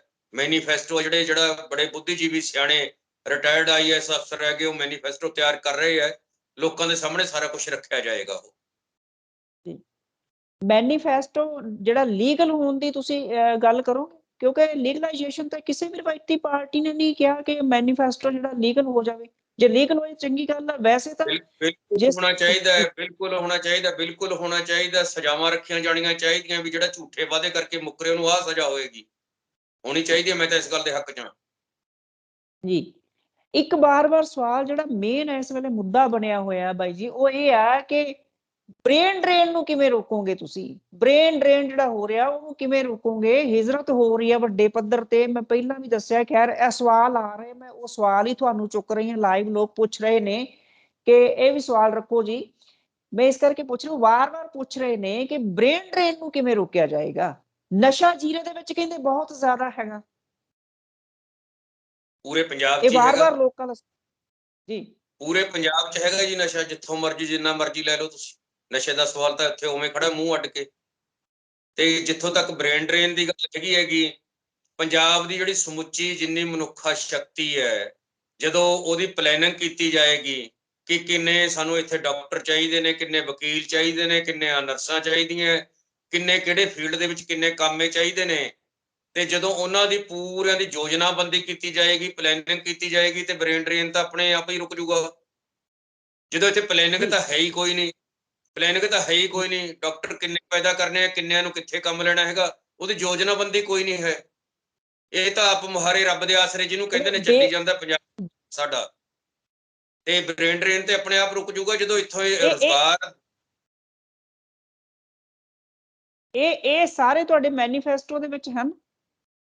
ਬਿਲਕੁਲ ਹੋਣਗੇ ਲੋਕ ਜੀ, ਪੁੱਛ ਉਹ ਬਣਾ ਰਹੇ ਜੀ ਨੇ, ਬਣਾ ਰਹੇ ਨੇ। ਉਹ ਬੜੇ ਮਤਲਬ ਜੀ ਸਿਆਣੇ ਸੁਲਝੇ ਹੋਏ ਬੁੱਧੀਜੀਵੀ ਲੋਕ ਆ ਜਿਹੜੇ ਮੈਨੀਫੈਸਟੋ ਬਣਾਉਣ ਲੱਗੇ ਹੋਏ ਨੇਗੇ। ਲੋਕਾਂ ਦੇ ਸਾਹਮਣੇ ਰੱਖਾਂਗੇ ਇਸ ਦਸਤਾਵੇਜ਼ ਸਾਰੇ ਅਸੀਂ। ਇੱਕ ਜਿਹੜਾ ਵਾਰ-ਵਾਰ ਜਿਹੜਾ ਇੱਕ ਕੁਐਸਚਨ ਆ ਰਿਹਾ, ਉਹ ਕੁਐਸਚਨ ਇਹ ਆ ਰਿਹਾ ਕਿ ਤੁਸੀਂ ਇਹ ਸਪਸ਼ਟ ਨਹੀਂ ਕੀਤਾ ਹੈ ਕਿ ਵੀ ਰਜਿਸਟ੍ਰੇਸ਼ਨ ਜਿਹੜੀ ਰੱਦ ਕਿਉਂ ਹੋ ਗਈ ਆ? ਉਹ ਦੇਖੋ ਅੱਜ ਜੋ ਅਖਬਾਰਾਂ ਦੇ ਵਿੱਚ ਆਇਆ ਤੇ ਜਾਂ ਮੈਨੂੰ ਜੋ ਪਤਾ ਲੱਗਿਆ ਹੈਗਾ ਉਹਦੇ ਉੱਤੇ ਜੋ ਕਮੀਆਂ ਪਾਈਆਂ ਗਈਆਂ ਨੇਗੀਆਂ ਕੁਛ, ਜਾਂ ਬਹਾਨੇਬਾਜ਼ੀ ਹੋ ਸਕਦੀ ਹੈ, ਕੀ ਹੈ ਅਸਲੀਅਤ ਸਾਹਮਣੇ ਆਏਗੀ। ਰੋਕਿਆ ਜਾ ਰਿਹਾ ਹੈ ਕਿ ਇਸ ਮੋਰਚੇ ਨੂੰ ਫੇਲ ਕਿਵੇਂ ਕੀਤਾ ਜਾਏ, ਇਹਨੂੰ ਰਜਿਸਟਰਡ ਨਾ ਹੋਣ ਦਿੱਤਾ ਜਾਏ, ਕੋਈ ਇੱਕ ਚੋਣ ਨਿਸ਼ਾਨ ਨਾ ਮਿਲੇ। ਇਹ ਸਾਰੀ ਗੱਲਬਾਤ ਹੋ ਸਕਦੀ ਹੈ ਕਿ ਕੋਈ ਇਹੋ ਜਿਹੀਆਂ ਸ਼ਕਤੀਆਂ ਕੰਮ ਕਰਦੀਆਂ ਹੋਣ ਜਿਹੜੀਆਂ ਚਾਹੁੰਦੀਆਂ ਹੋਣ ਕਿ ਜੇ ਕਿਤੇ ਇੱਕੋ ਚੋਣ ਨਿਸ਼ਾਨ ਮਿਲ ਗਿਆ ਪੂਰੇ ਪੰਜਾਬ ਦੇ ਅੰਦਰ ਕੋਈ ਵਧੀਆ ਕਿਸਮ ਦਾ, ਤੇ ਇਹ ਰਵਾਇਤੀ ਪਾਰਟੀਆਂ ਦੇ ਉੱਤੇ ਅਸਰ ਪਾਏਗਾ। ਇਸ ਕਰਕੇ ਇਹਨੂੰ ਰੋਕੋ, ਫੇਲ ਕਰੋ ਕਿਵੇਂ ਨਾ ਕਿਵੇਂ, ਕੋਈ ਇਹੋ ਜਿਹੀ ਗੱਲ ਹੋ ਸਕਦੀ ਹੈ। ਮੇਰੇ ਖਿਆਲ ਇਹ ਆਬਜੈਕਸ਼ਨ ਤਾਂ ਲੱਗਦੇ ਹੀ ਰਹਿੰਦੇ, ਤਕਰੀਬਨ ਲੱਗ ਹੀ ਜਾਂਦੇ ਹੁੰਦੇ ਆ, ਤੇ ਮੇਰੇ ਖਿਆਲ ਜੇ ਸਮਾਂ ਰਹਿੰਦੇ ਹੀ ਉਹਨੂੰ ਦੂਰ ਕਰ ਦਿੱਤਾ ਜਾਵੇ ਤਾਂ ਮੇਰੇ ਨਹੀਂ ਖਿਆਲ ਕੋਈ ਰਜਿਸਟ੍ਰੇਸ਼ਨ ਦੇ ਵਿੱਚ ਕਿਸੇ ਤਰ੍ਹਾਂ ਦੀ ਕੋਈ ਕਮੀ। ਤੁਹਾਨੂੰ ਕੀ ਲੱਗਦਾ ਇਹਦੇ ਵਿੱਚ? ਬਿਲਕੁਲ ਦੂਰ ਕਰਾਂਗੇ ਜੀ, ਉਹਨੂੰ ਕਰਨਗੇ। ਡਿਊਟੀਆਂ ਲੱਗੀਆਂ ਹੋਈਆਂ ਜਿਹੜੇ ਲੋਕਾਂ ਦੀਆਂ ਇਸ ਮਸਲੇ ਦੇ ਉੱਤੇ, ਉਹ ਕਰਨਗੇ ਦੂਰ। ਕੋਸ਼ਿਸ਼ ਕਰ ਰਹੇ ਨੇ ਉਹ ਕਿ ਪਾਰਟੀ ਰਜਿਸਟਰਡ ਹੋਵੇ, ਕੋਈ ਵਧੀਆ ਜਿਹਾ ਚੋਣ ਨਿਸ਼ਾਨ ਮਿਲੇ। ਲੱਗੇ ਹੋਏ ਨੇ ਸਾਰੇ ਇਸ ਗੱਲ ਦੇ ਉੱਤੇ। ਇੱਕ ਮੇਰਾ ਲਾਸਟ ਸਵਾਲ ਇਹ ਹੈ ਕਿ ਜਿਵੇਂ ਘਟਨਾਵਾਂ ਰੋਜ਼ ਤੁਸੀਂ ਬੜੇ ਲੰਬੇ ਸਮੇਂ ਤੋਂ ਕੰਮ ਕਰਦੇ ਆ ਰਹੇ, ਮੈਂ ਬਾਰ-ਬਾਰ ਦਰਸ਼ਕੋ ਮੈਨੂੰ ਦੱਸਣ ਦੀ ਲੋੜ ਨਹੀਂ ਹੈਗੀ, ਇਹ ਬੜੀ ਜਾਣੀ ਮਾਨੀ ਸ਼ਖਸੀਅਤ ਵਰਲਡ ਲੈਵਲ ਦੀ, ਤੁਸੀਂ ਅਕਸਰ ਹੀ ਇਹਨਾਂ ਨੂੰ ਦੇਖਦੇ ਰਹਿੰਦੇ ਹੋ। ਸੋਸ਼ਲ ਮੀਡੀਆ ਤੇ ਨੈਸ਼ਨਲ ਮੀਡੀਆ ਤੇ ਵੀ ਤੁਸੀਂ ਅੰਦੋਲਨ ਦੇ ਦੌਰਾਨ ਦੇਖਿਆ ਹੈਗਾ ਮਾਸਟਰ ਅੱਲਾ ਜੀ ਨੂੰ, ਔਰ ਬੜੀ ਵੱਡੀ ਦੇਣ ਆ ਇਹਨਾਂ ਦੀ। ਮੈਂ ਤਾਂ ਸਜਦਾ ਬਾਈ ਜੀ ਤੁਹਾਡੇ ਕੰਮਾਂ ਨੂੰ। ਤੇ ਲਾਸਟ ਮੇਰਾ ਸਵਾਲ ਇਹ ਹੈ ਕਿ ਸਕੂਲਾਂ ਦੇ ਵਿੱਚ ਜੇ ਆਪਾਂ ਜਿਹੜੀਆਂ ਲੜਕੀਆਂ ਹੈਗੀਆਂ ਉਹਨਾਂ ਨੂੰ, ਚਲੋ ਇੱਕ ਤਾਂ ਰੁਜ਼ਗਾਰ ਦੇ ਪੱਖੋਂ ਜੇ ਆਪਾਂ ਦੇਖਿਆ, ਇਹ ਤਾਂ ਸਪਸ਼ਟ ਹੋ ਗਿਆ ਕਿ ਤੁਸੀਂ ਰਵਾਇਤੀ ਪਾਰਟੀਆਂ ਦੇ ਵਾਂਗੂ ਕੋਈ ਉਹਨਾਂ ਦੇ ਨਾਲ ਵਾਅਦੇ ਨਹੀਂ ਕਰੋਗੇ ਕਿ ਆਹ ਦੇ ਦੇਵਾਂਗੇ, ਉਹ ਦੇ ਦੇਵਾਂਗੇ। ਜਿਹੜਾ ਤੁਹਾਡਾ ਮਨੋਰਥ ਆ ਉਹ ਇਹ ਹੈ ਕਿ ਬੱਚਿਆਂ ਨੂੰ ਉਹਨਾਂ ਦੇ ਪੈਰਾਂ ਸਿਰ ਕਰਨਾ, ਉਹਨਾਂ ਨੂੰ ਚੰਗੀ ਐਜੂਕੇਸ਼ਨ ਦੇਣੀ, ਇਹੀ ਤੁਹਾਡਾ ਮਨੋਰਥ ਹੈ ਨਾ ਜੀ, ਤੁਹਾਡਾ ਬਿਲਕੁਲ ਜੀ। ਮੈਨੀਫੈਸਟੋ ਜੀ। ਔਰ ਇੱਕ ਜਿਹੜਾ ਸਵਾਲ ਬਾਰ-ਬਾਰ ਉੱਠਦਾ ਹੈ ਕਿ ਜਿਵੇਂ ਆਪਾਂ ਸਮਾਜ ਦੇ ਵਿੱਚ ਦੇਖਦੇ ਹਾਂ ਵੀ ਆ ਜਿਹੜੀਆਂ ਰੇਪ ਦੀਆਂ ਘਟਨਾਵਾਂ ਬੜੀਆਂ ਵਾਪਰ ਰਹੀਆਂ ਨੇ, ਕੀ ਤੁਹਾਨੂੰ ਲੱਗਦਾ ਹੈ ਕਿ ਸਕੂਲਾਂ ਦੇ ਵਿੱਚ ਕੋਈ ਮਾਰਸ਼ਲ ਆਰਟ ਵਰਗੀ ਜਿਹੜੀ ਪਹਿਲੀ ਪ੍ਰਾਇਮਰੀ ਐਜੂਕੇਸ਼ਨ ਤੋਂ ਜਿਹੜੀ ਮਾਰਸ਼ਲ ਆਰਟ ਵਰਗੀ ਉਹਨਾਂ ਨੂੰ ਸਿੱਖਿਆ ਦਿੱਤੀ ਜਾਵੇ, ਕੋਈ ਇਦਾਂ ਦਾ ਆਰੰਭ ਕਰ ਦਿੱਤਾ ਜਾਵੇ ਸਕੂਲਾਂ ਦੇ ਵਿੱਚ, ਤਾਂ ਕਿ ਬੱਚੀਆਂ ਜਿਹੜੀਆਂ, ਕਿਉਂਕਿ ਕਿੱਥੇ ਮਾਪੇ ਉਹਨਾਂ ਦੇ ਨਾਲ ਤੁਰੇ ਫਿਰਨਗੇ, ਆਪਣੀ ਜਿਹੜੀ ਸੇਫਟੀ ਖੁਦ ਕਰ ਸਕਣ। ਕੋਈ ਇਦਾਂ ਦਾ ਹੈ ਤੁਹਾਡੇ ਮੈਨੀਫੈਸਟੋ 'ਚ? ਉਹ ਹੋਏਗਾ, ਸਭ ਕੁਝ ਹੋਏਗਾ ਕਿ ਸਕੂਲਾਂ ਨੂੰ ਚਲਾਉਣਾ ਕਿਵੇਂ। ਸਿੱਖਿਆ ਦੇ ਖੇਤਰ ਦੇ ਵਿੱਚ ਜਿਹੜੇ ਸਾਡੇ ਸਿੱਖਿਆ ਸ਼ਾਸਤਰੀ ਨੇ, ਬਹੁਤ ਵਧੀਆ ਕਿਸਮ ਦੇ ਨੇ, ਇਨਕਲਾਬੀ ਸੋਚ ਰੱਖਣ ਵਾਲੇ ਸਿੱਖਿਆ ਸ਼ਾਸਤਰੀ, ਉਹ ਸਾਡੇ ਨਾਲ ਖੜੇ ਹੋਏ ਹੈ। ਉਹ ਸਿੱਖਿਆ ਦੇ ਖੇਤਰ 'ਚ ਕੰਮ ਕਰਨਗੇ। ਸਿੱਖਿਆ ਪ੍ਰਾਪਤ ਕਰ ਰਹੀਆਂ ਧੀਆਂ ਨੂੰ ਸੁਰੱਖਿਅਤ ਕਿਵੇਂ ਬਣਾਉਣਾ ਹੈਗਾ, ਤੇ ਫਿਰ ਸਾਡੀ ਜਿਹੜਾ ਮਰਦ ਪ੍ਰਧਾਨ ਸਮਾਜ ਹੈ ਉਹਦੀ ਔਰਤ ਪ੍ਰਤੀ ਜਿਹੜਾ ਟੀਰਾਪਣ ਹੈ ਉਹ ਵੀ ਦੂਰ ਕਿਵੇਂ ਕਰਨਾ ਹੈ। ਇਹ ਸਾਰੀਆਂ ਗੱਲਾਂ ਆਉਣਗੀਆਂ ਜੇ ਇਹ ਮੋਰਚੇ ਨੂੰ ਲੋਕ ਲੈ ਕੇ ਆਉਂਦੇ ਨੇ ਅੱਗੇ। ਤਾਂ ਸਿੱਖਿਆ ਦੇ ਖੇਤਰ ਦੇ ਵਿੱਚ ਮੈਂ ਖੁਦ ਆਪ ਇਸੇ ਫੀਲਡ ਦਾ ਬੰਦਾ ਹਾਂ, ਤੇ ਅਸੀਂ ਉਹਨਾਂ ਸਿੱਖਿਆ ਸ਼ਾਸਤਰੀਆਂ ਨੂੰ ਅੱਗੇ ਨਾਲ ਲੈ ਕੇ ਇਹਦੇ ਵਿੱਚ ਇੰਨਾ ਜ਼ੋਰਦਾਰ ਕੰਮ ਕਰਾਂਗੇ ਕਿ ਜਿਹੜੀ ਇਹ ਟੀਰਾਪਣ ਹੈ ਨਾ ਔਰਤ ਜਾਤ ਪ੍ਰਤੀ ਮਰਦ ਜਾਤ ਦਾ, ਉਹ ਜੇ ਦੂਰ ਹੋ ਜਾਏਗਾ ਤੇ ਕੁੜੀਆਂ ਨੂੰ ਕੁਝ ਵੀ ਫਿਰ ਸਿਖਾਉਣ ਦੀ ਲੋੜ ਨਹੀਂ ਰਹਿ ਜਾਣੀ। ਕੁੜੀਆਂ ਆਪਣੇ ਆਪ ਹੀ ਸੁਰੱਖਿਅਤ ਹੋ ਜਾਣਗੀਆਂ। ਤੇ ਅੱਜ ਜਿਹੜਾ ਸਮਾਜ ਦੇ ਵਿੱਚ ਇਸ ਤਰ੍ਹਾਂ ਦਾ ਵਿਗਾੜ ਪੈਦਾ ਕੀਤਾ ਗਿਆ ਹੈ ਕਿ ਔਰਤ ਨੂੰ ਇੱਕ ਵਸਤੂ ਬਣਾ ਕੇ ਪੇਸ਼ ਕੀਤਾ ਜਾਂਦਾ ਹੈ, ਬਾਜ਼ਾਰ ਦੇ ਵਿੱਚ ਵਿਕਣ ਵਾਲੀ ਚੀਜ਼, ਜਾਂ ਇਹ ਕੋਈ ਹਵਸ ਪੂਰੀ ਕਰਨ ਵਾਲੀ ਚੀਜ਼ ਬਣਾ ਕੇ ਜਦੋਂ ਪੇਸ਼ ਕੀਤਾ ਜਾਂਦਾ ਹੈ, ਉਦੋਂ ਇਹੋ ਜਿਹੀਆਂ ਘਟਨਾਵਾਂ ਵਾਪਰਦੀਆਂ ਨੇ। ਇਹ ਜਿਹੜੀ ਜਗੀਰੂ ਸੋਚ ਹੈ, ਜਦੋਂ ਇਹਦਾ ਖਾਤਮਾ ਹੋਏਗਾ ਨਾ, ਔਰਤ ਤੇ ਆਪਣੇ ਆਪ ਆਜ਼ਾਦ ਹੋ ਜਾਏਗੀ ਉਸੇ ਦਿਨ। ਇੱਕ ਮਜ਼ਦੂਰ ਵਰਗ ਦਾ ਵੀ ਥੋੜਾ ਜਿਹਾ ਗਿਲਾ ਸ਼ਿਕਵਾ ਰਹਿੰਦਾ ਹੈ, ਮਜ਼ਦੂਰ ਵਰਗ ਦਾ ਤੁਹਾਡੇ ਨਾਲ ਗਿਲਾ ਸ਼ਿਕਵਾ ਹੈਗਾ, ਉਹਦਾ ਵੀ ਥੋੜਾ ਦੂਰ ਕਰਨਾ। ਔਰ ਦੂਸਰੀ ਗੱਲ, ਔਰਤ ਮਜ਼ਦੂਰ ਦਲਿਤ ਵਰਗ, ਇਹਨਾਂ ਦਾ ਹਜੇ ਥੋੜਾ ਜਿਹਾ ਗਿਲਾ ਸ਼ਿਕਵਾ ਹੈਗਾ, ਇਹਨੂੰ ਕਿਵੇਂ ਦੂਰ ਕਰੋਗੇ? ਉਹ ਕਹਿੰਦੇ ਵੀ ਹਾਲੇ ਤੱਕ ਸਾਨੂੰ ਉਹ ਮੁਕਾਮ ਨਹੀਂ ਮਿਲ ਰਿਹਾ ਇਹਦੇ ਵਿੱਚ ਜਿਹੜਾ ਮਿਲਣਾ ਚਾਹੀਦਾ ਸੀਗਾ। ਕਹਿੰਦੇ ਅੰਦੋਲਨ ਦੇ ਵਿੱਚ ਸਾਡੀ ਭਾਗੀਦਾਰੀ ਪੂਰੀ ਰਹੀ ਆ, ਲੇਕਿਨ ਜਦੋਂ ਸੰਯੁਕਤ ਸਮਾਜ ਮੋਰਚਾ ਬਣ ਗਿਆ ਉਸ ਤੋਂ ਬਾਅਦ ਸਾਨੂੰ ਉਸ ਨਜ਼ਰੀਏ ਨਾਲ ਨਹੀਂ ਦੇਖਿਆ ਜਾਂਦਾ। ਨਹੀਂ ਦੇਖੋ, 34-35 ਸੀਟਾਂ ਲਗਭਗ ਜਿਹੜੀਆਂ ਹੈਗੀਆਂ ਮਜ਼ਦੂਰ ਜਮਾਤ ਦੇ ਸਾਥੀਆਂ ਨੂੰ ਮਿਲੀਆਂ ਨੇ ਜੀ। ਔਰ ਇਸ ਤੋਂ ਇਲਾਵਾ ਜਿਹੜੇ ਹੋਰ ਵਧੀਆ ਕਿਸਮ ਦੇ ਜਿਹੜੇ ਹੈਗੇ ਨੇਗੇ ਕੈਂਡੀਡੇਟ ਆ, ਉਹ ਉਤਾਰੇ ਆ ਮੈਦਾਨ ਦੇ ਵਿੱਚ। ਉੱਥੇ ਕੋਈ ਜਾਤ ਨਹੀਂ ਵੇਖੀ ਕਦੇ ਵੀ ਕਿਸੇ ਦੀ, ਉੱਥੇ ਉਹਦੀਆਂ ਯੋਗਤਾਵਾਂ ਵੇਖੀਆਂ, ਜਾਤ ਨਹੀਂ ਵੇਖੀ ਕਦੇ ਵੀ। ਯੋਗਤਾਵਾਂ ਵੇਖ ਕੇ ਮੈਂ ਆਪਣੇ ਆਪ ਨੂੰ ਜੇ ਤੁਸੀਂ ਜਿਹੜੇ ਲੋਕ ਮੈਨੂੰ ਨੇੜਿਓਂ ਜਾਣਦੇ ਨੇ, ਮੈਨੂੰ ਆਪ ਨੂੰ ਵੈਸੇ ਮੇਰਾ ਜਾਤਾਂ 'ਚ ਵਿਸ਼ਵਾਸ ਨਹੀਂ ਹੈ ਬਿਲਕੁਲ ਹੀ, ਕਿਉਂਕਿ ਮੈਂ ਤੇ ਵਿਗਿਆਨਕ ਸੋਚ ਦਾ ਧਾਰਨੀ ਹੈ।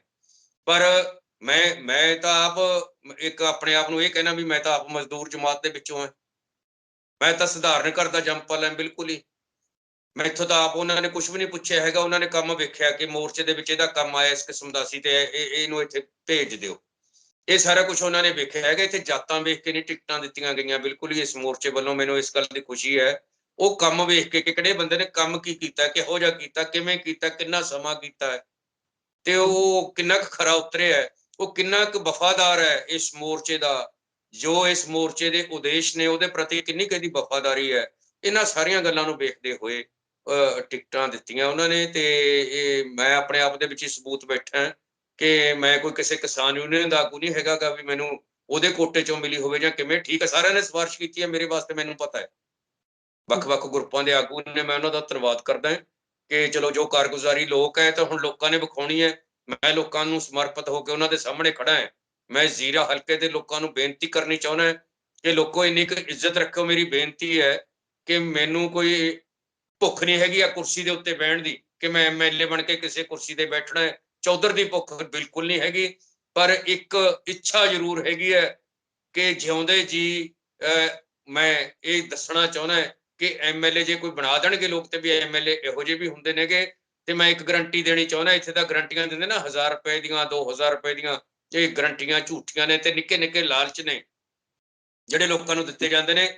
ਪਰ ਅਸੀਂ ਪੰਜਾਬ ਦੇ ਹਿੱਤਾਂ ਦੀ ਪਹਿਰੇਦਾਰੀ ਕਿਵੇਂ ਕਰਾਂਗੇ ਇਹ ਫਿਰ ਆਉਣ ਵਾਲਾ ਸਮਾਂ ਦੱਸੂਗਾ। ਜੇ ਤੁਸੀਂ ਸਾਨੂੰ ਜਿਤਾ ਕੇ ਭੇਜ ਦਿੰਦੇ ਹੋ ਨਾ, ਤਾਂ ਮੈਂ ਇਸ ਗੱਲ ਦੀ ਗਰੰਟੀ ਕਰਦਾ ਕਿਸੇ ਫਿਰ ਮੰਤਰੀ, ਕਿਸੇ ਮੁੱਖ ਮੰਤਰੀ ਦੀ ਇਹ ਹਿੰਮਤ ਨਹੀਂ ਹੋਏਗੀ ਕਿ ਉਹ ਪੰਜਾਬ ਦੇ ਕੋਈ ਉਲਟ ਫੈਸਲਾ ਲੈ ਜੇ ਜਾਂ ਪੰਜਾਬ ਦੇ ਲੋਕਾਂ ਦੇ ਉਲਟ ਫੈਸਲਾ ਕਰੇ, ਜਾਂ ਉਹਨਾਂ ਨੂੰ ਕੋਈ ਨਿਚੋੜਨ ਦੀ ਗੱਲ ਕਰੇ ਗਲਤ ਨੀਤੀਆਂ ਦੇ ਨਾਲ।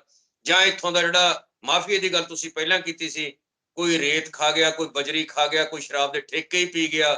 ਕਿਵੇਂ ਉਹ ਜਾਲੀ ਠੇਕੇ, ਨਕਲੀ ਠੇਕੇ ਪਿਛਲੇ ਸਮੇਂ 'ਚ ਫੜੇ ਗਏ ਕੈਪਟਨ ਸਰਕਾਰ ਵੇਲੇ, ਉਹ ਵੀ ਸਾਡੇ ਸਾਰਿਆਂ ਦੇ ਸਾਹਮਣੇ ਹੈ ਕਿ ਪੈਸਾ ਤਾਂ ਸਾਰਾ ਬਾਈਪਾਸ ਹੋ ਕੇ ਮੰਤਰੀਆਂ ਤੇ ਐਮਐਲਏ ਦੇ ਘਰਾਂ 'ਚ ਚਲਿਆ ਜਾਂਦਾ ਹੈਗਾ, ਜਦੋਂ ਪੰਜਾਬ ਦੇ ਖਜ਼ਾਨੇ 'ਚ ਜਾਣਾ ਹੀ ਕੁਛ ਨਹੀਂ।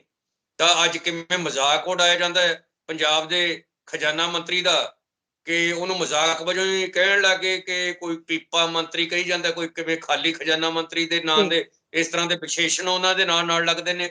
ਇਹ ਕਿਉਂ ਲੱਗਦੇ ਨੇ ਕਿ ਖਜ਼ਾਨਾ ਤਾਂ ਪੰਜਾਬ ਦੇ ਲੋਕ ਰੋਜ਼ ਭਰਦੇ ਆ, ਸਵੇਰ ਤੋਂ ਲੈ ਕੇ ਸ਼ਾਮ ਤੱਕ ਲਗਾਤਾਰ ਮਿਹਨਤ ਕਰਦੇ ਆ, ਟੈਕਸ ਦਿੰਦੇ ਆ। ਲੋਕ ਤਾਂ ਨਹੀਂ ਮਾੜੇ ਹੈਗੇ, ਸਰਕਾਰਾਂ ਮਾੜੀਆਂ ਨੇ, ਪ੍ਰਬੰਧ ਮਾੜਾ, ਸਿਸਟਮ ਮਾੜਾ ਹੈ। ਤੇ ਪੰਜਾਬ ਦੇ ਲੋਕਾਂ ਨੂੰ ਬੇਨਤੀ ਕਰਦੇ ਆ ਸਿਸਟਮ ਬਦਲ ਦਿਓ ਤੇ ਸਿਸਟਮ ਨੂੰ ਚਲਾਉਣ ਵਾਲੀਆਂ ਸਰਕਾਰਾਂ ਨੂੰ ਡੂੰਘਾ ਦੱਬ ਦਿਓ ਕਿਤੇ, ਜਿਹੜੀਆਂ ਜਿੱਥੋਂ ਇਹਨਾਂ ਦਾ ਮੁਸ਼ਕ ਵੀ ਨਾ ਨਿਕਲੇ ਮੁੜ ਕੇ। ਇਹ ਐਂ ਕਰਨਾ ਪਏਗਾ। ਤੇ ਜੇ ਤੁਸੀਂ ਫਿਰ ਬਾਰੀ ਬੰਨੀ ਹੋਈ ਹੈ ਜਿਵੇਂ ਵੀ ਕਦੇ ਕਾਲੀਆਂ ਤੋਂ ਬਾਅਦ ਫਿਰ ਕਾਂਗਰਸੀ, ਕਾਂਗਰਸ ਤੋਂ ਬਾਅਦ ਫਿਰ ਉਹ, ਤੇ ਆ ਤੀਜੇ ਬਰਾਬਰ ਦੇ ਜਿਹੜੇ ਹੈਗੇ ਨੇਗੇ, ਮੈਂ ਬੇਨਤੀ ਕਰੂੰਗਾ ਝਾੜੂ ਵਾਲੇ ਵੀ ਉਸੇ ਕੈਟਾਗਰੀ ਚੋਂ ਨੇ।